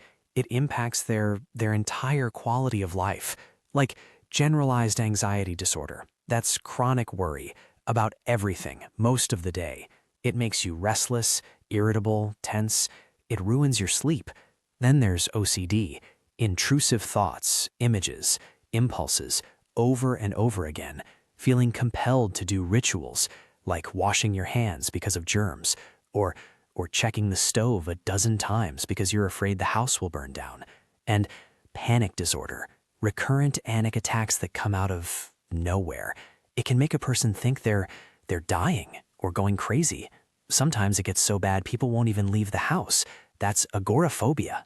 Then there's social anxiety, the fear of being judged, the fear of saying something embarrassing or offensive. It leads to isolation. But here's the good news. All of this, it is highly treatable. CBT, medication, they work. You can take proactive steps to manage these feelings. Try this. Imagine a place where you feel calm. Maybe a beach, a waterfall, a forest, or just your own bedroom. Choose the one that works for you. Go somewhere alone. Lie down. Close your eyes. Put one hand on your belly and breathe. Envision that space. Feel the weight of your body on the floor. Ground yourself. Anxiety makes you feel like you're out of your body. Grounding brings you back. You are here, right now, in this moment. When you start to feel anxious later, draw on that place. Channel the thoughts into that space of peace. Now, let's talk about music. Music is It's a wonderful way to express feelings. When you're anxious, you have all this pent-up energy. Sometimes analyzing the feelings doesn't do anything. That's where singing comes in. Singing, or even humming, it's a way to tolerate the emotions. And a funny thing happens. Singing changes how the thoughts feel. Even if you use the exact same words, it diffuses the anxiety. So get in the shower and belt it out. Sing your favorite song. Hum a melody. Do it in your car. Do it while you're walking. Who cares what people think? The goal is less thinking, more doing. Choose whatever music fits. Angry music, upbeat rock, whatever. Use that anxious energy. Turn your thoughts into a rap if you want. It helps you see the thoughts as separate from who you are. It makes them feel less threatening. And afterward, You'll likely feel more grounded and a whole lot less anxious. One of the things that is so frustrating about anxiety is that it can be paralyzing. You want to take action, but it feels impossible. Taking just one step towards starting a project can help you feel less anxious about taking the next step, and so on. Time, 10 minutes. Format, written exercise and activity. Instructions. Respond to the following prompts. First, identify a task that feels daunting. Now, break that task down into 10 small steps. As you complete each step, check the box to show you actually completed the task. Here's an example to help you along. Let's say you need to clean your room. You despise cleaning, and it feels unachievable. That's what it wants you to believe. You just need to do one small thing to start. Look around the floor for everything that is obviously garbage. Maybe it's old papers or wrappers from snacks. These are things that you can throw out. That's one small step to take. After that, you can identify the next step. Maybe it means taking all the clothes on the floor and putting them in the hamper. There is no wrong way to clean a room. It's a matter of breaking the task down into smaller parts. Once you start, the more likely it is that you will finish. If you need to break a step into even smaller steps, that's fine. And if you need to take breaks, that's okay too. Take one action towards your goal, and you will feel like you accomplished something. That feeling of accomplishment often will increase your motivation to take the next step. You'll also likely learn something important, something about your anxiety and your ability to manage it. You'll be surprised at the momentum created, and you will often accomplish more than you think. Now, here is a tip. While most people think that motivation comes before action, in fact, it is action, like taking those small steps, that usually comes before motivation.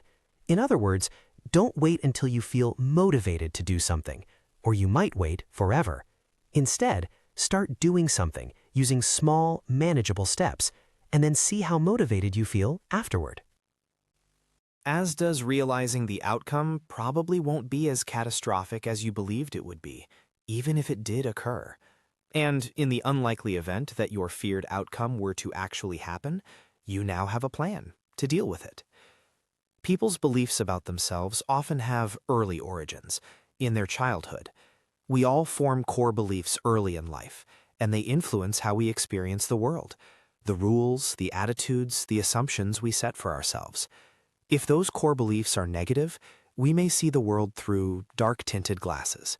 In the case of social anxiety, for example, if one of your core beliefs is that you're inadequate, you might avoid people, so they don't discover that you don't measure up to others. It doesn't serve you in life. It's time to identify and challenge your core beliefs. Time, 30 minutes. Format, observation, and written exercise. Instructions. Do an internet search for core beliefs to get familiar with how they might sound. Think specifically about your anxiety around social situations. See what core beliefs may be driving your desire to avoid them. What is one negative core belief you've identified? Where do you think it likely came from? What is the rule, the attitude, or the assumption you've set for yourself based on this belief? How can you challenge and change that rule to help you go into social situations with more confidence? When you have social anxiety or feel awkward, you may feel the need to fill the silent space. It can make you feel anxious to sit there quietly, wondering when the next person will speak. It's okay to wait and listen. Don't feel the need to jump into a conversation because you think you should say something. People appreciate being heard, and listening is a way to be a part of a conversation. Time, 10 to 20 minutes. Format, conversation, and written exercise. Instructions. Ask someone you know to have a practice conversation with you. Your task is to practice active listening. Request that they talk about something they find interesting. Be mindful of what they are saying. Focus your attention outward, on them, rather than inward, on how you are feeling or thinking. When you want to know more, ask a question. When you don't, imagine yourself to be the focus of everyone's attention. Some of the social pressure is alleviated.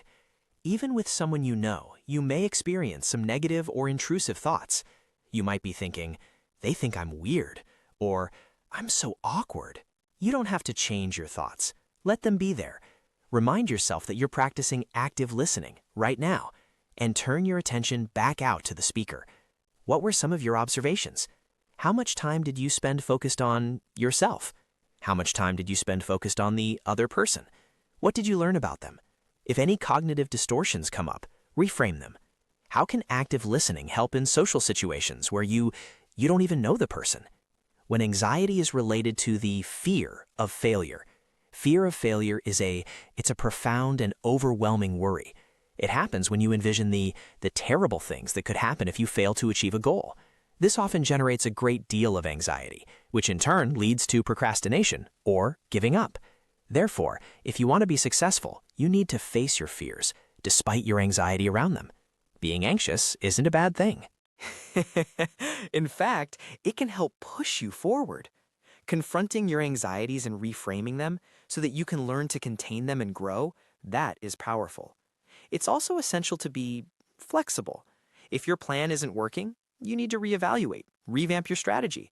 Success is measured as much by how hard you work as it is by the outcome of your efforts. It's crucial to examine your anxious thoughts to see if there's any evidence that they're realistic. You could be anxious about something that's extremely unlikely to occur. In some cases, there may be real obstacles. In other cases, the threat is only perceived or imagined. For example, if you're worried that the book you've written isn't good and no one will like it, that's an imagined threat. It needs to be challenged. On the other hand, if you plagiarized another person's words in your book and you're fearful about being caught, that's a legitimate fear. That needs to be resolved because it could have significant legal consequences. Let's talk about how to differentiate between real and imagined fears so that you can feel less anxious about what's worrying you. We'll also discuss how to confront the fear of failure, work through it, and start achieving your goals. This exercise allows you to confront your fears of failure, to understand what negative beliefs you have about yourself in this area, and start debunking them. This technique encourages you to externalize your fears and be more objective in assessing them. Because when you're more realistic, you'll likely feel less anxious and better about yourself in general. So it's great for a self-esteem boost too. Time, 10 minutes. Format, conversation with yourself. Instructions, set up 2 chairs across from each other. Sit in one and face the empty seat. Now, pretend a version of you is sitting in that empty chair. Express to that version of you all the reasons you are afraid to fail. There's nothing off limits here.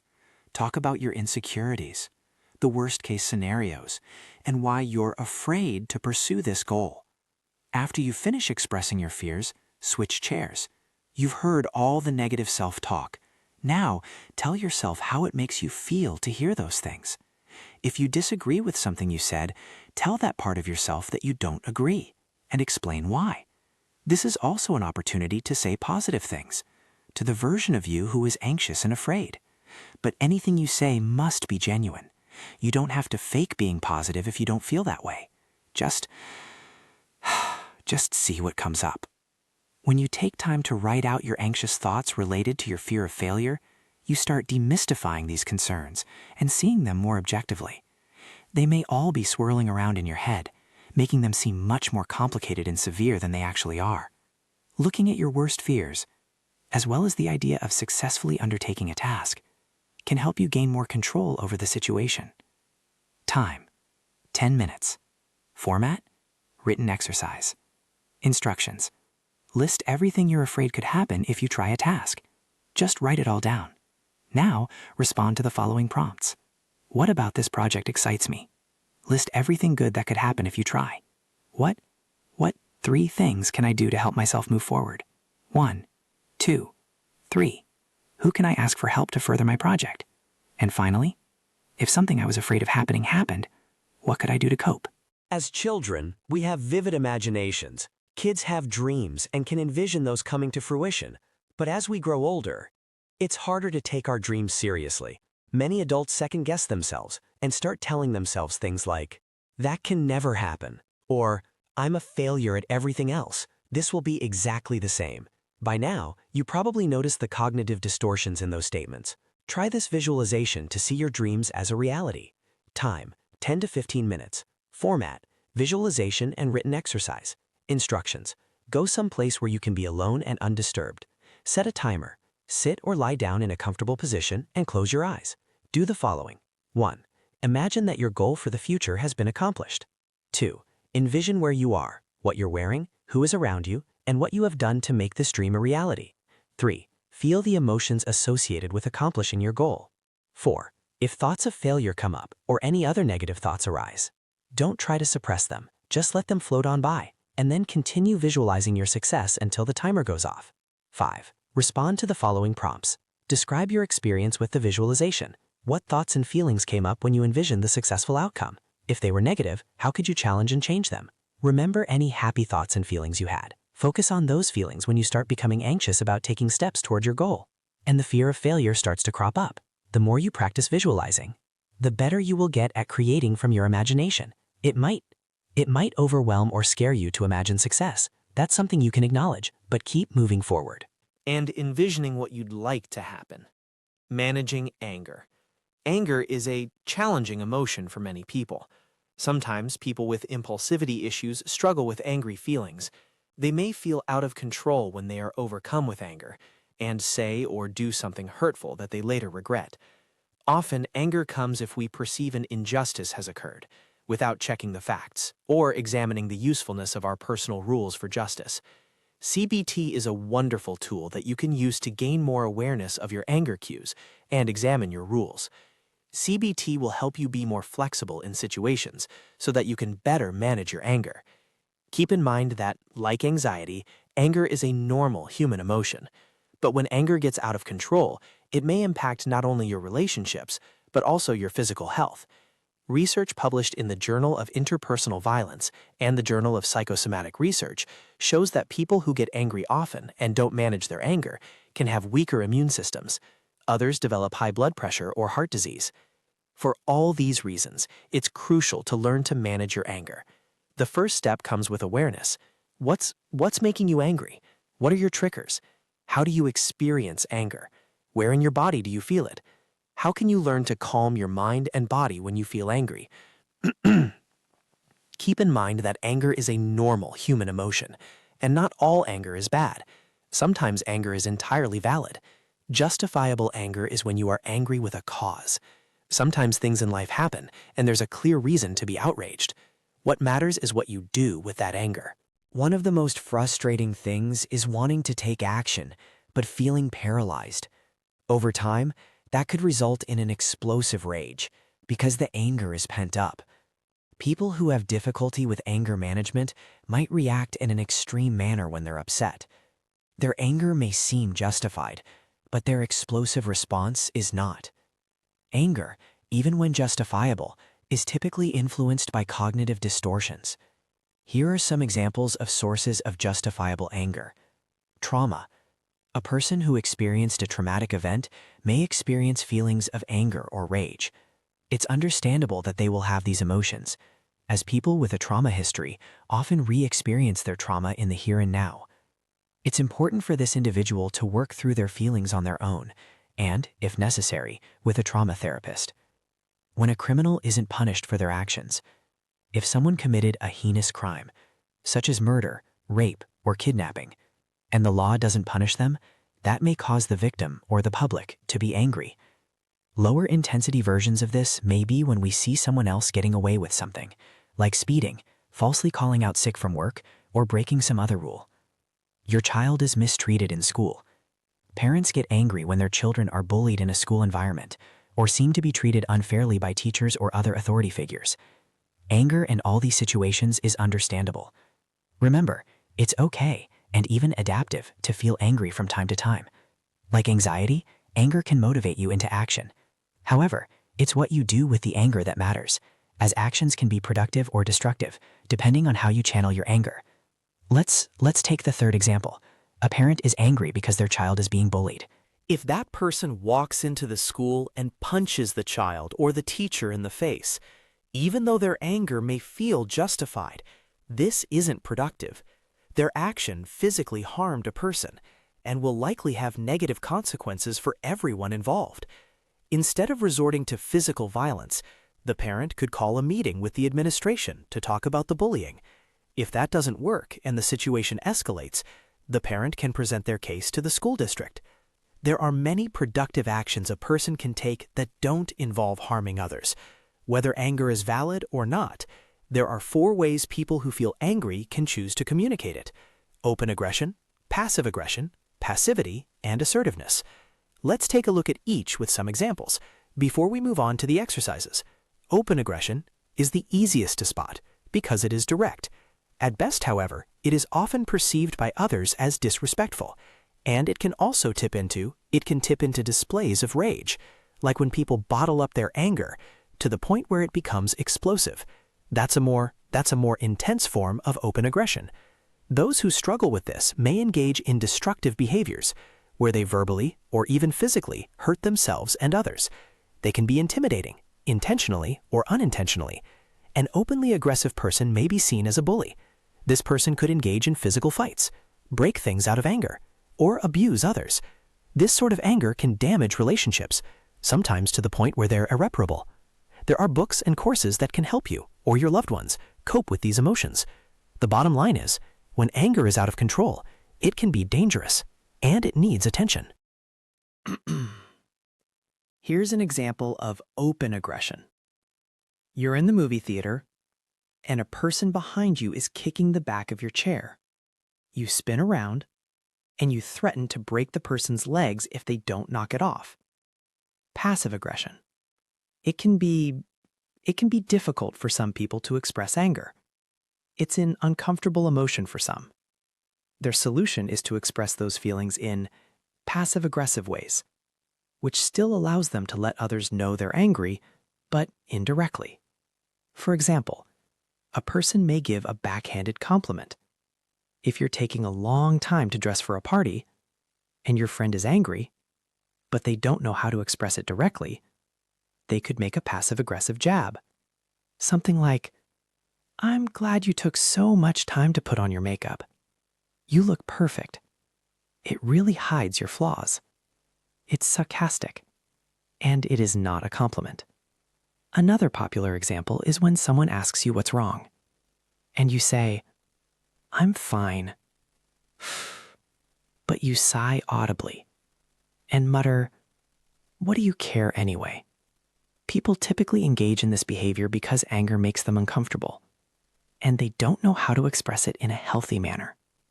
Here's the movie theater example again. You're in the theater, and that person is kicking your chair. You don't confront them. Instead, you make very loud comments about how rude people are these days.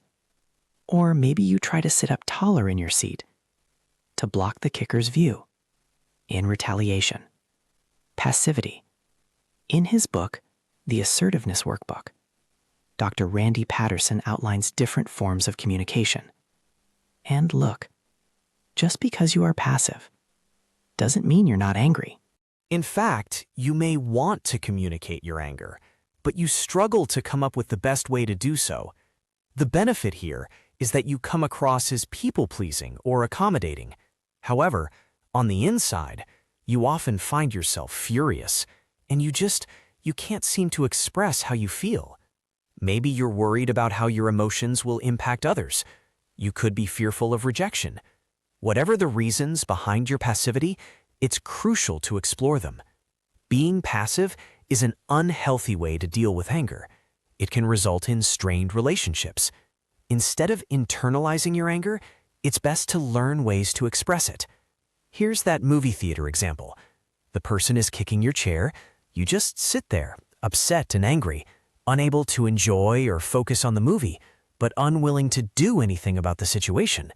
Instead, you wonder why fate always seems to put you in these predicaments. Assertiveness. Assertiveness is the healthiest way of expressing anger. You've learned the triggers that make you angry, and you can express that anger with respect for both the person it's directed at and yourself. You don't internalize it or hold it in to the point where it gets out of control. You can learn to be assertive. Remember, sometimes anger is justified. In fact, recognizing when anger is justified can be adaptive. Anger is often a sign that you sense some injustice may be occurring and that something needs to be done to amend the situation. Assertiveness starts with you expressing your feelings. Identify what's making you angry, why it's making you angry, and then get the anger out. That could mean confronting the person or writing down your feelings to get some clarity. You might need to take a walk or run to regulate your anger. Here's the example. You're in the movie theater and a person behind you is kicking the back of your chair.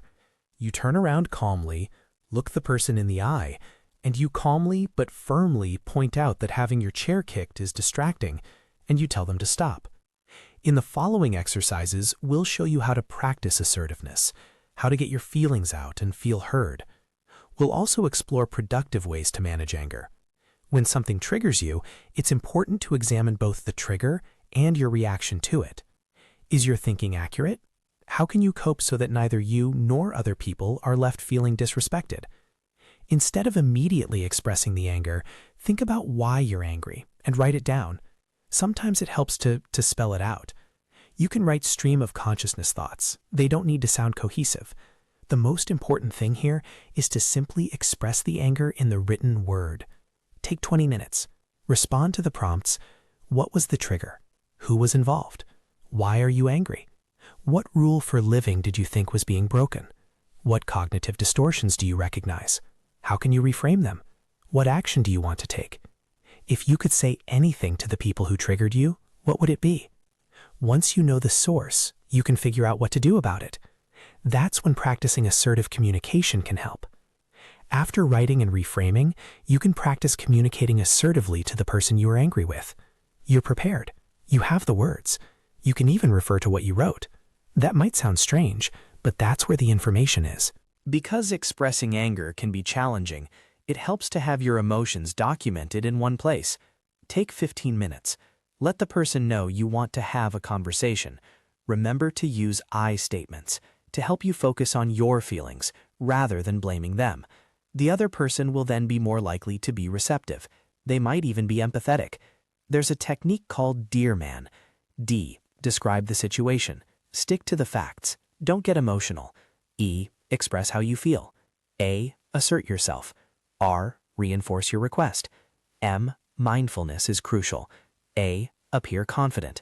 N. Negotiate. Keep that in mind, and remember to listen to their point of view as well. You may have heard the expression, seeing red. When people feel angry, their focus narrows. Their attention gets directed toward what they believe is the source of their anger. That's the red involved here. In this exercise, you will use color meditation to release those feelings. Take 10 minutes. Imagine you are a mystical and powerful dragon that breathes out fire when you're angry. Close your eyes and visualize yourself as this dragon. Take a breath and breathe out the red fire of anger. Notice where that red anger sits in your body. As you breathe in, imagine breathing in a calming white light. As you breathe out, tell yourself that it's okay. It's okay to let go of the anger. Letting go doesn't mean you don't have a right to feel angry. You're simply allowing your body to regain some calmness so you can observe the situation in a more balanced, regulated way. Repeat this for about 10 minutes. The feelings should feel less intense, more manageable, and you should then be able to make a productive strategy. Sometimes when you feel angry, it seems like it won't ever diminish or end. You imagine feeling angry forever. That's often what makes a person want to act on their anger right away. You're eager to let your feelings out so that you don't have to feel them anymore. That's why putting anger into the context of a time frame can help. Take 10 minutes. Observe your feelings over time. Test out how long you think it is going to last versus how long it actually lasts. Try to just observe the sensations in your body. Don't try to do anything with them. Just surf them, like a surfer does a wave in the ocean. Ask yourself, will I still be angry about this in a week? Is this something I will still be angry about next year? Often, this is not likely to be the case. However, if you feel that your anger will be long-lasting, you may want to look for cognitive distortions. The trouble with anger is it can build up over time. That's why it's crucial to find healthy ways to express it. Bottling up anger can lead to aggressive outbursts. It's like a tea kettle that's bubbling at a boil, and then all of a sudden starts to whistle. That's how anger can be. If you learn to regularly express yourself assertively, it can help you process the anger. You'll be less likely to be overwhelmed. Some people fear that they will lash out or hurt someone. This is all the more reason to learn these exercises. You don't have to feel out of control just because you're angry. In this next exercise, you will bring up a memory of a time you were angry and practice reframing it from an outside point of view. The point is not to get angry all over again. It's to examine the anger from a more objective standpoint. Find a comfortable seat. Close your eyes for 15 seconds. And imagine a time you were angry. Write down what was going on. Now, close your eyes again and recall that memory. But imagine you are an outside observer. Look at yourself from a third-person perspective. Notice how you were standing. Where was the other person? What did your face look like? What do you notice from the outside, as opposed to looking at it from your own perspective? Now open your eyes and write down the difference in feelings. Was your experience different? Close your eyes once more. And imagine the situation again as an observer. This time focusing on what you could have done differently instead of getting mad. It doesn't help to think about yourself as an angry person. Anger is an emotion. While anger is something you experience internally, it can be helpful to see it as something outside yourself.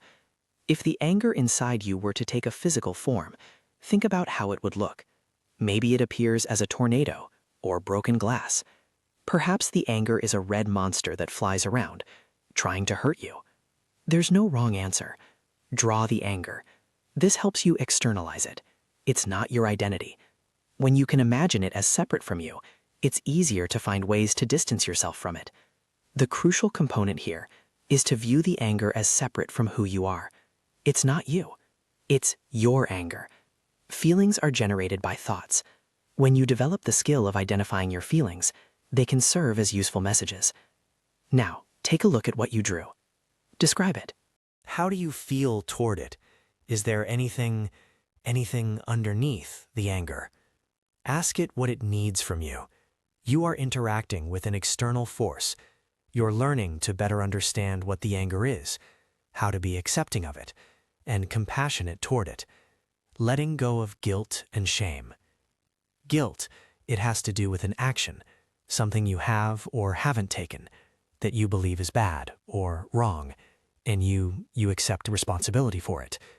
Guilt causes us to focus our attention out there on the feelings of others. On the other hand, CBT typically views shame as something that results from believing we have violated a social norm. Shame makes us direct our focus inward. It makes us view our entire self in a negative light. These ideas are usually related to concepts that suggest we are flawed, inadequate, bad, or wrong in some way. In both cases, practicing CBT can help you resolve these uncomfortable emotions. It can lessen their impact on you in the future. So, let's dig in. Let's get you the tools to dig yourself out. A look at guilt. Guilt is an emotion that comes up when you believe you have done something wrong. Often, it's accompanied by a thought that you could have or should have done better, or that you should not have done it at all. There's guilt we generate for ourselves. And then there's the guilt generated by the words or behaviors of others. Guilt is also usually discussed in terms of helpful or unhelpful. Sometimes guilt is a cue, a signal that we violated our own standards and something needs to be repaired. But sometimes guilt is unhelpful because it stems from unrealistic expectations. Expectations we have for ourselves or that others have for us. Excessive guilt can feel overwhelming, distracting. It leads to thoughts of hopelessness and helplessness. People who often feel guilty are usually stuck in self-deprecation mode. They ruminate. They ruminate over what they did wrong. And they often worry. They constantly worry they may have offended someone. They may even feel like a bad or immoral person. If this describes you, the guilt you feel is likely tied to certain thoughts. It's about not knowing what actions to take to remedy the situation. But don't worry, you'll learn some helpful strategies very soon. Feeling guilt isn't empathy. Empathy is the ability to understand and share the feelings of another person. If one of your loved ones is suffering, you likely empathize with their struggles. However, if you're prone to often feeling guilty, you might also wonder if you did something to contribute to that pain, or if you failed to help them in some way. It's normal. It's human to feel empathy when someone you love is struggling. You want to understand their pain. You want to make it better if you can. But guilt is different from empathy. When you feel guilty, you are blaming yourself for their pain. On the other hand, if you actually caused their pain through your actions, and they say that this is the case, and their assessment rings true to you, then guilt it's a valid response, and you can go about correcting it. When we strive to avoid guilt, because guilt is a painful emotion, it's natural to not want to feel it. Some people are so uncomfortable with the feeling that they blame others rather than take accountability for their own actions. It's often easier, much easier, to point the finger at another person than it is to take responsibility. Some people try to circumvent the feeling. They do this by excessively asking for reassurance or forgiveness. If this describes you, instead of blaming others for how you feel, learn to own up to your mistakes. Take the appropriate actions to remedy them. Feeling guilty for something you've done without taking action, it doesn't accomplish anything. And blaming others for your uncomfortable feelings, it will only make things worse. Guilt associated with overindulgence. Overindulgence, food, alcohol, drugs, shopping, it's a common trap, a trap that many people fall into. When people overindulge, for whatever reason, they tend to feel guilty afterward, which, ironically, then makes them even more likely to overindulge. There are 3 common reasons for this. First, emotion regulation. To cope with strong, negative emotions, the feelings they're too difficult to face, so you try to manage them by indulging in something you enjoy, even if it comes with a cost. Let's say you eat a box of cookies because you feel anxious. You no longer feel anxious, for the time being, but now you feel guilty for having eaten a whole box of cookies. Second, brain chemicals, dopamine, the happy hormone. You want to keep that feeling going, so you continue the behavior to excess. And third, peer pressure. When you're around friends or family at a party, they might pressure you to have a drink or try another dessert. Maybe you plan to have a single drink, but before you know it, you keep filling your glass. Or maybe you wind up eating so much food that you feel ready to explode. While this type of subtle pressure can be challenging to resist, it's a slippery slope toward overindulgence and the guilty feelings that follow. No matter the reason, it's crucial to figure out what helps and what makes it worse. This can be accomplished with awareness training, journaling, monitoring your behaviors, confiding in a friend. Let's look at an exercise to become more aware of your patterns. It's called the ABC model. A for antecedent, B for belief, and C for consequence. In this instance, you will address the overindulgent behavior that causes you to feel guilt. But this model, it works for any behavior you want to change. Here is how you do it. It takes about 10 minutes. First, examine the triggers, the antecedent. Write down anything that appeared to trigger the behavior. For example, let's say you had a fight with your partner. Second, the belief. Note the negative thoughts you had in the moment. Perhaps you thought, they don't love me. This relationship is over. Third, the consequences. Write down what you did and how you felt. Label each as positive or negative. Perhaps you called them a name, hung up on them, and then went out drinking. And now you feel guilty for what you said. And guilty for the alcohol. Tip: another important part of changing your behavior is to be mindful. Mindful of how everyday events impact your thinking. Awareness is the first step toward healing. Were there negative thoughts that went through your mind? Did you notice any cognitive distortions? These can also lead to guilty feelings, so be mindful when you're noting them. Dealing with guilt trips. Guilt tripping is a form of manipulation. It's used by people in an attempt to make others feel bad. Sometimes they do it to feel superior. Other times, they want a sense of control. If someone is guilt-tripping you, they might sense that you are going against what they want. So, rather than engage you in a productive conversation, they try to get you to fall in line. This person may also try to make you feel bad for simply asserting yourself.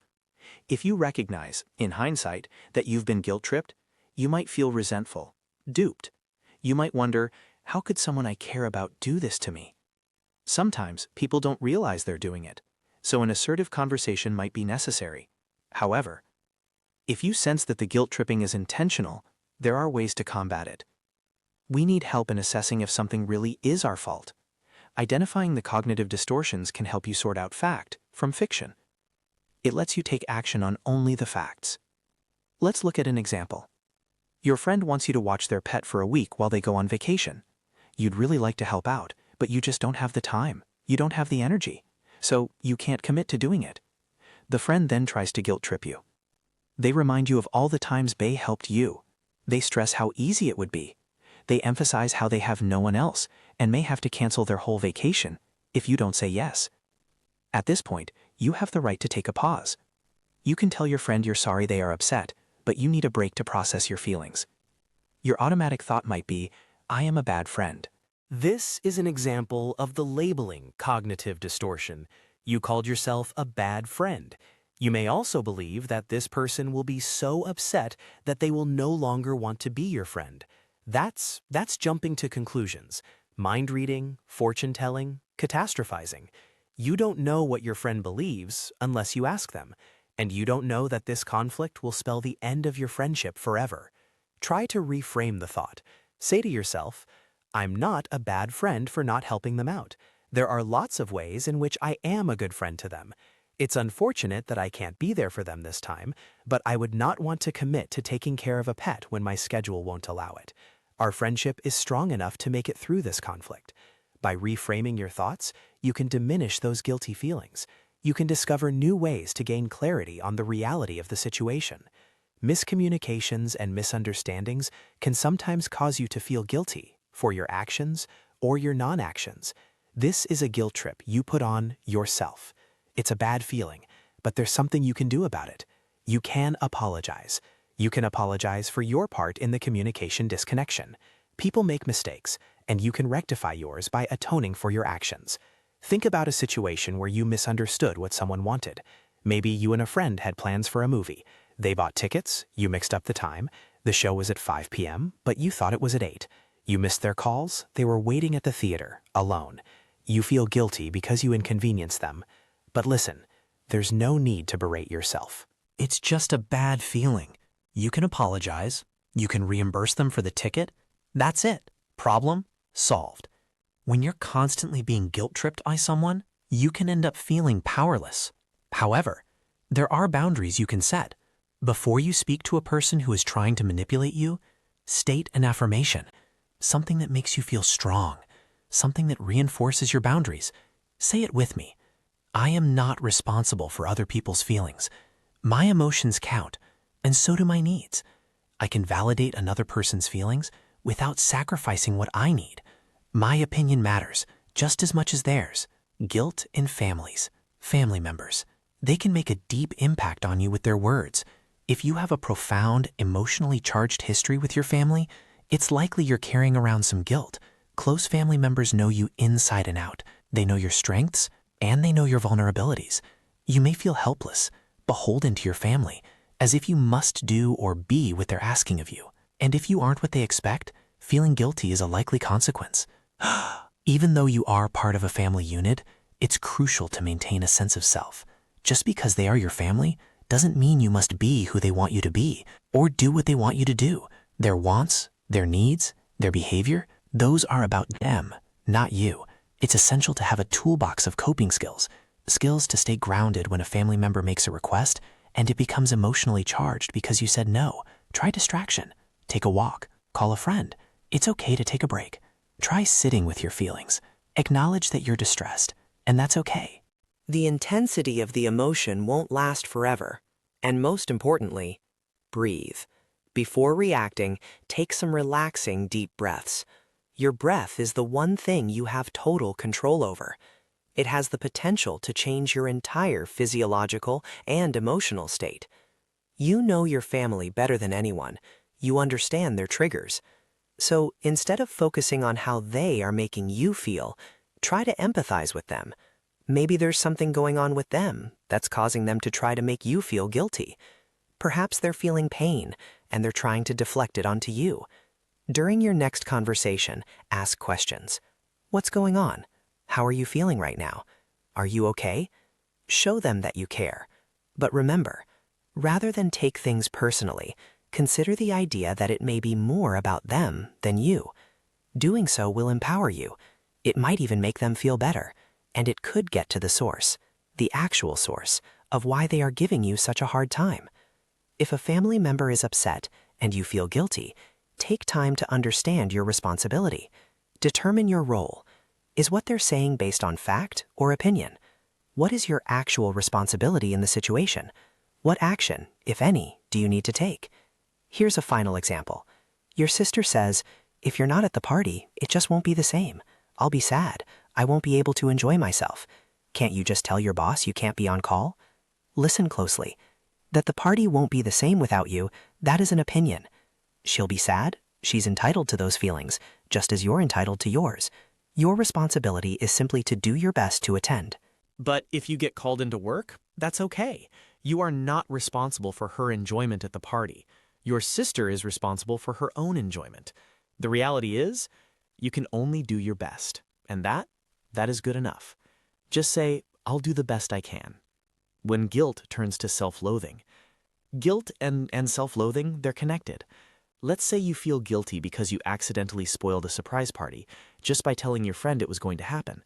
You can't stop thinking about the mistake. And the negative thoughts, they just keep coming up. You think, "I always ruin everything." You can't seem to stop the cognitive distortions from surfacing. You start to believe that you're a bad person, and that leads right into self-loathing. It's crucial to understand the warning signs so you can understand how to actually cope with these issues. You may be engaging in self-loathing if you're having defeatist thoughts. Things like, "There's no point in trying. I'm a failure anyway." Or, "I'm incompetent. I can't do anything right." You could be self-loathing when you're physically neglecting yourself. You stop engaging in self-care, bathing, eating well, the basics. A person who dislikes themselves may isolate from others, which causes them to feel depressed and further reinforces the idea that people don't want to be around them. If you're experiencing these symptoms, it's crucial to reach out. Talk to a mental health professional. Get some guidance on how to start caring for yourself. To break the cycle of self-loathing, you'll need to figure out your triggers. Ask yourself, what are my actual insecurities? Self-loathing may also come from past traumatic experiences. Maybe you were raised in a household where your parents were hypercritical. That type of parenting could leave a person thinking that no matter what they do, it's not good enough, that there's something wrong with them. Other factors might contribute, but no matter the cause, you can practice exercises to work through these difficult emotions. And if you're still struggling after using this book, perhaps it's a good idea to speak to a therapist to help you work through this issue. When you are beset by self-loathing thoughts, show yourself some compassion. This might feel difficult when you're used to having self-deprecating thoughts, but the more you practice self-compassion, the more natural it will feel. When you are compassionate with yourself, it can relieve some of those negative feelings. So, let's try a written exercise. In a chart, record your self-loathing thoughts in one column. For example, they could be automatic thoughts like, I'm bad at keeping promises, or I'm a terrible friend. In the second column, respond to each thought with a compassionate response. One way to reply to, I'm a terrible friend, would be, it sounds like you're feeling pressure to be a good friend. I can see why you're hurting. Keeping a record of these thoughts can help you identify common themes. Once you are aware of what these common thoughts are, you can start to examine them. See if these beliefs about yourself have any actual validity. When you see them written out in your log, you can view them more objectively. You can challenge them to see which cognitive distortions are in play. Not sure where to start? Let's say you feel like you talk too much when you meet new people. And you can't stand that you do this. Perhaps you feel guilty later for not letting other people talk about themselves, and you berate yourself for being a bad listener or coming across as too self-important. Perhaps your negative thought is, no one likes me. This is a self-loathing thought that you can start to work on once you are aware of it. After a week, take a look at your log to see if there are themes you need to analyze. It's not crucial to investigate the origins of these ideas, but it may help you to understand them better, put them into context, and distance yourself from them. When you're used to self-loathing thoughts and you feel guilty for being such a failure, it's easy to lose sight of what you're good at, what you have to be proud of. Taking note of your strengths and skills can help you put your focus on a goal that, once accomplished, you can feel good about. Participating in an activity you enjoy and know you do well can help decrease those feelings of self-loathing. Instructions. In this space provided, list your strengths and skills. Your list doesn't need to be extensive. It could be 3 to 5 items. Read this list back to yourself. Think of one activity you can engage in that requires one of your strengths. For example, if you're good at baking, choose a recipe, shop for the ingredients, and then bake away. Whatever it is, go do it. Can't think of any? Ask someone you know and trust to help. Still struggling? Use it as a challenge to start building some strengths in areas that are important to you. Just be sure to take small steps. Now, let's take a look at shame. CBT typically views shame as something that results from believing we have violated a social norm. Shame makes us direct our focus inward. We view our entire self in a negative light. Usually, the thought is that we are flawed, inadequate, bad, or wrong. Shame it's painful to hold on to. It can weigh you down. Shame is often linked to experiencing a social threat, which makes a person feel anxious or scared. When threatened, the adrenal gland is stimulated and it releases cortisol. That's a stress hormone. That can result in a racing heart, sweating, and other fight-flight-freeze symptoms. Your muscles may tense up and you may have trouble concentrating. Imagine you have a public speaking engagement and you make a joke that offends a group of people. A reporter writes a disparaging article about your speech and says some cruel things about your character. It's natural that you would have feelings of shame. You could internally punish yourself. With guilt, one might respond with the thought, I wish I hadn't done that, and then they try to repair the situation. But a shame response, that would involve the thought, I am a terrible person, along with efforts to hide or conceal the action from yourself and others, all while you were feeling those uncomfortable physical symptoms. Dr. Albert Ellis, a pioneer in the field of CBT, focused on how people could challenge irrational beliefs. He emphasized how people have both rational and irrational patterns of thinking. When a person thinks rationally, they are productive. When a person thinks irrationally, it is often linked to problematic emotions and maladaptive actions. In other words, Ellis believed that people create emotional challenges for themselves based on how they think. Other people can't upset us. Rather, we upset ourselves over how we think about what they do or say. Therefore, when you experience shame, it's a result of your belief, potentially irrational, that you violated some moral code. It helps to know this so that you can challenge your beliefs. It can help to talk about your feelings of shame. Be truthful with someone you trust. Stop feeding it by holding it in. Remember, the more you try to repress your feelings, the stronger they become. Accept that you're experiencing shame.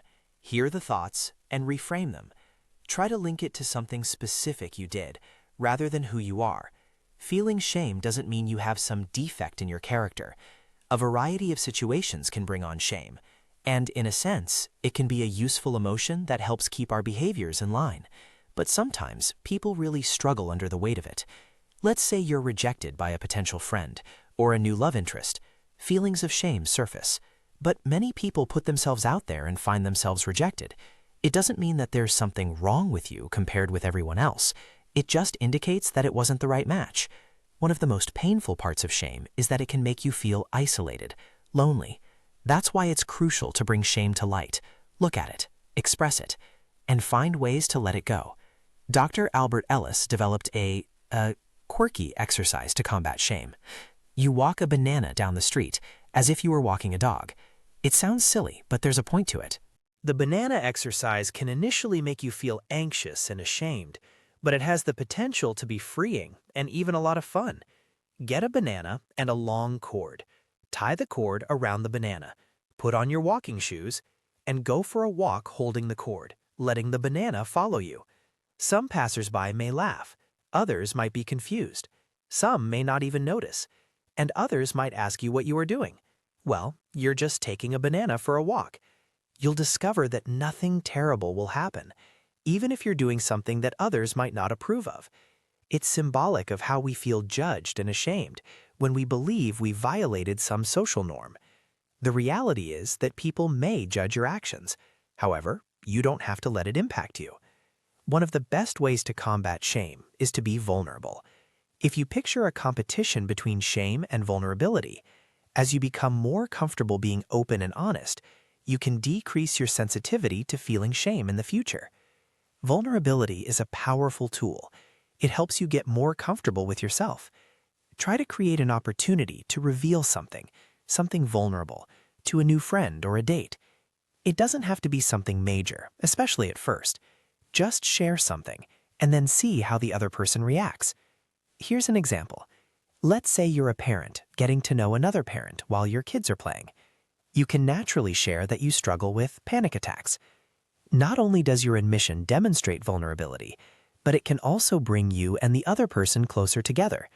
Maybe the other parent has anxiety or struggles in some other way. Once you share your experience, They may feel more comfortable opening up about their own issues.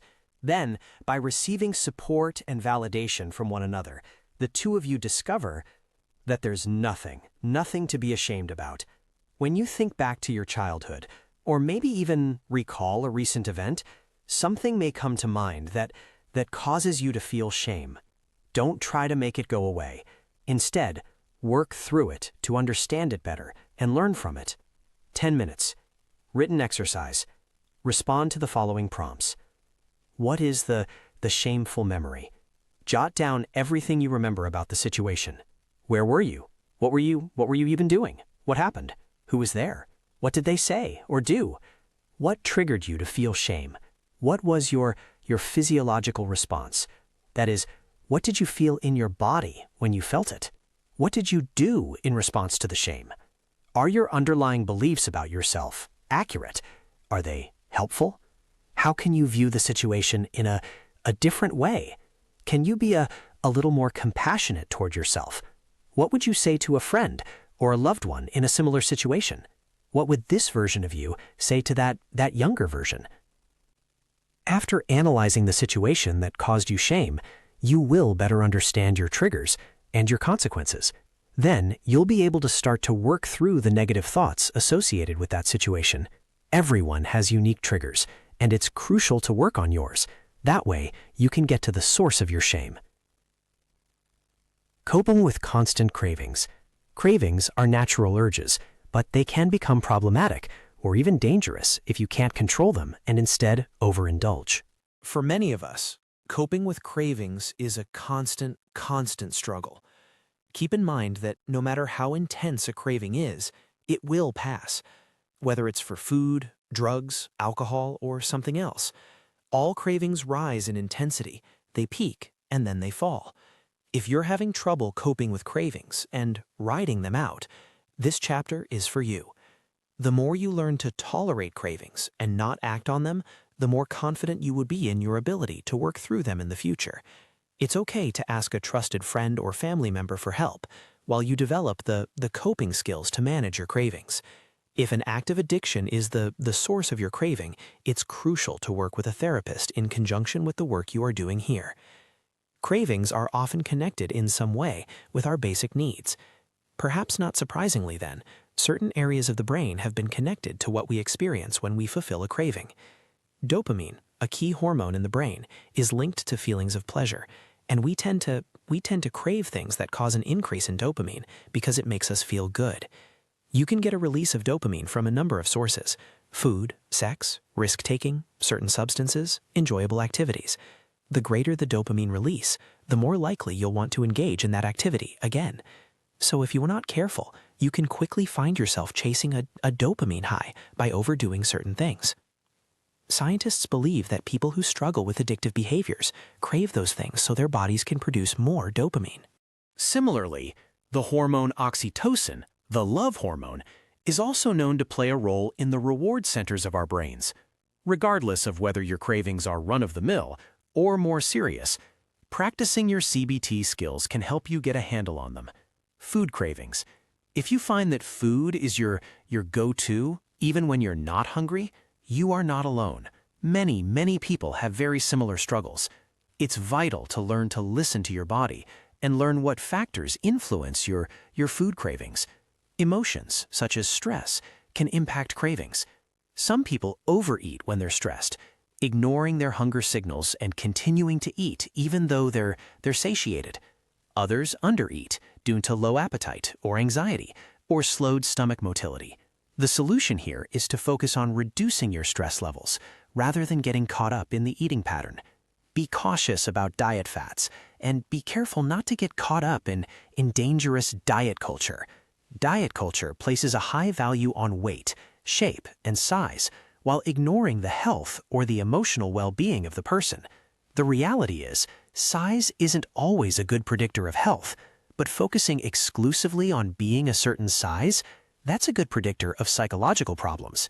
In other words, being rigid about what and how much you eat can lead to disordered eating and other disorders like depression and feelings of low self-esteem. Instead of chasing the latest diet fad, focus on creating your own customized wellness plan. Many people who want to develop a healthy relationship with food practice intuitive eating. Intuitive eating suggests that when you get to the point of excessive hunger, your mind can't reason what to eat. That's why it's crucial to honor your body's signals and eat when you are hungry. In other words, if you want to eat, eat. Trust your instincts and intuition. Consume food when you feel hunger. Just make sure you're aware of what you're eating and why. Pay attention to your cravings. Think about where they are coming from. Be deliberate. You may not recognize your body's signs of hunger and satiety. There are physical signs that you're hungry or full. If you've ignored these signals for a long time, it can be challenging to recognize them. If you've engaged in restriction or binging, you might not recall what it feels like to be appropriately hungry or full. That's where the hunger scale can help. Instructions. To increase your awareness, do the following. 1. Before you sit down to eat, rate how hungry you are on a scale from 0 to 10. 2. In the middle of your meal, rate your level of hunger again. 3. When you're finished, give your level of hunger a final rating. The more you practice, the better you will learn to interpret the messages your body is sending you. Feelings of hunger might be triggered by emotions like stress, anxiety, or depression. But being stressed can work against you, both emotionally and physiologically. Plus, stress-related tension can make for an unpleasant eating experience. Before you start eating, take some time to calm your mind and body. Notice how you are feeling and take notes. Set a timer for 5 minutes. Sit in a chair, close your eyes, and take several slow, deep breaths. With every inhale, feel the tension in your muscles. And with every exhale, release the tightness. the raisin meditation is an excellent way to focus on slowing things down. The task here is to eat a raisin mindfully. Pretend you're seeing a raisin for the very first time. Study the color, the wrinkled texture. Take in the scent. Roll it between your fingertips. Close your eyes and listen to the sound of your fingers running over it. You may be salivating at this point. Put the raisin into your mouth, but do not bite down on it. Just feel it on your tongue. Then, slowly and deliberately, take one bite. Notice what happens. Savor how it tastes. Slowly chew on it. Notice the flavor spread throughout your mouth. Where do you experience the taste first? Where next? Experience the sounds and the motions. And then, when you're ready, swallow it. It's natural to want to have social meals, but there are other ways to enjoy your food and bring more awareness to the act. Eating in silence is one of them. Eat a meal in silence. Turn off the radio, the phone, or the television. As you eat, embrace the silence. Initially, you may feel strange, but you may discover that the silence is refreshing and relaxing. Many of us struggle with intrusive thoughts around our eating patterns. There's a lot of pressure in society to eat the right thing. The food you're craving might be alerting you that you need a certain nutrient. Instead of judging your craving for, say, salty chips as bad or weak, think about whether your diet is too low in sodium. You know your body. You know what it needs. Take a moment to notice that you're having a craving. You don't have to respond right away. Wait 5 minutes. If the craving persists, ask yourself, if I respond to this, how will I feel afterward? If you decide that you won't feel good, but you still want it, avoid judging yourself. Remind yourself that you're doing the best you can to manage your cravings and care for your well-being.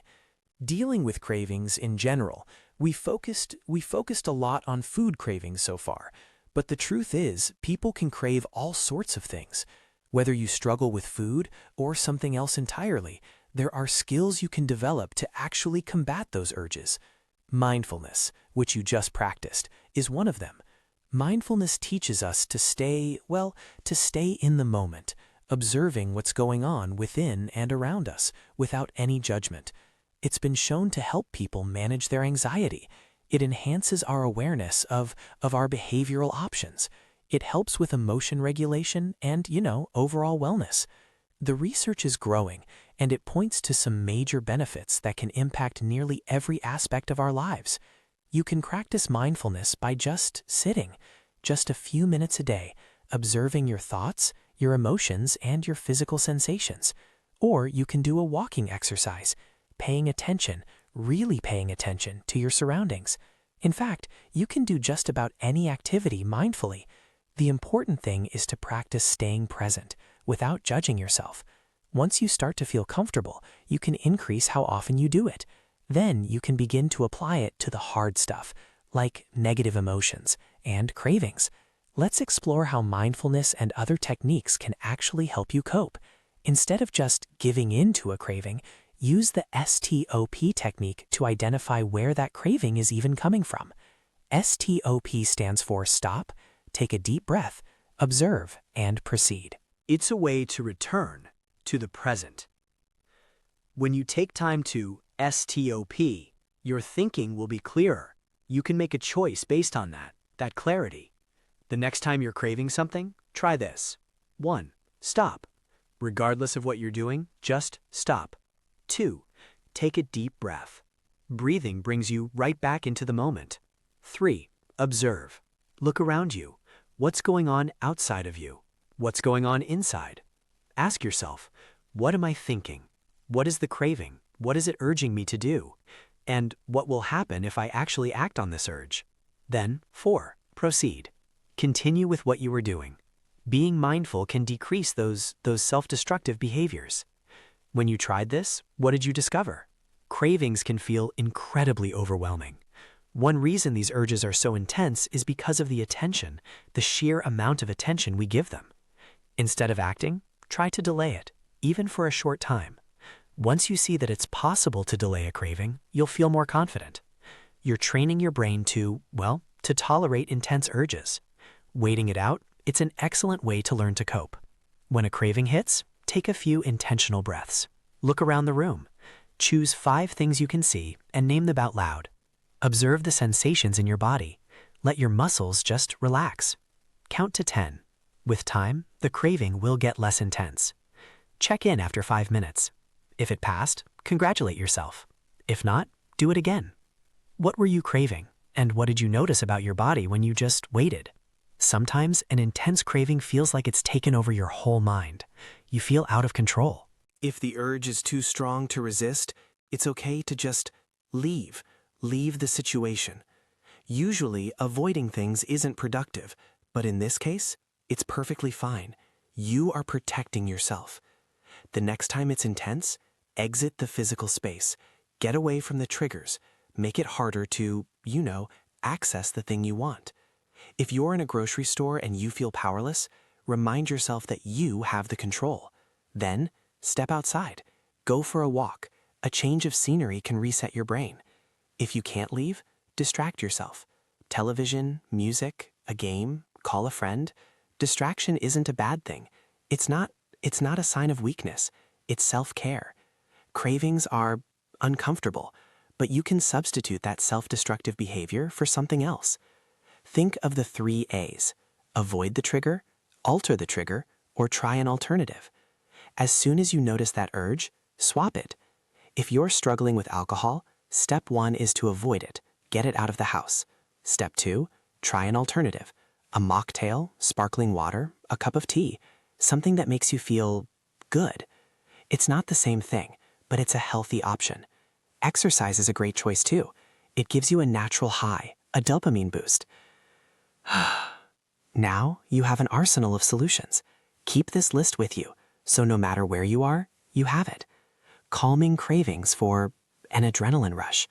Sometimes we just want that rush, that feeling when you're excited or afraid, heart racing, palms sweating, feeling exhilarated.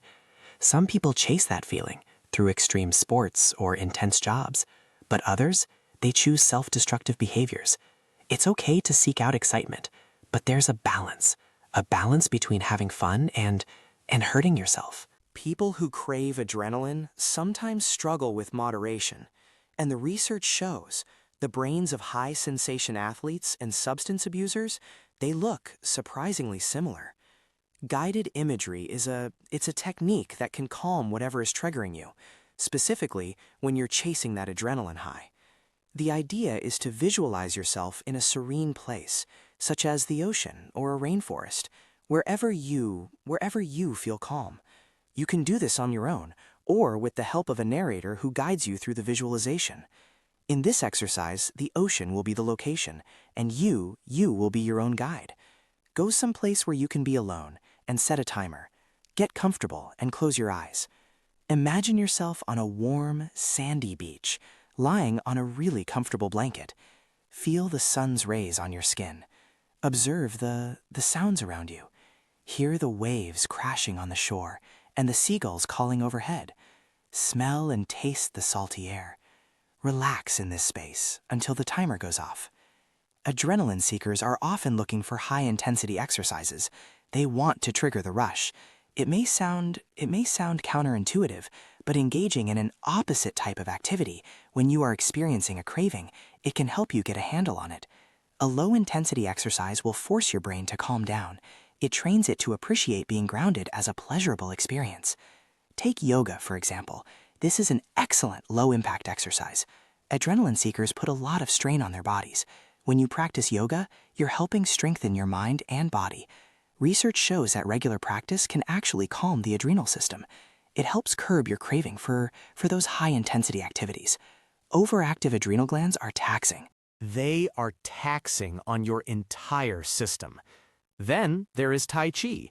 This non-competitive martial art helps the practitioner get in tune with their body. There are many different movements to learn, and each movement flows into the next. Your body is always moving, and it requires intense focus. It gives you a chance to redirect your energy into a meditative and skill-based martial art. This next exercise, which actors sometimes use to get into character, it can help you learn to calm your mind and body. It involves remembering physical sensations associated with a personal object. Sense memory uses emotional experiences to bring out particular feelings. There are times when an adrenaline rush can be triggered in you, and it can be hard to come down from that high. But with this exercise, you can begin to recall pleasant feelings. You can get yourself back to a grounded state. If you're so wound up that you can't imagine slowing down, take a deep breath. Bring to mind a joyful or calm recollection.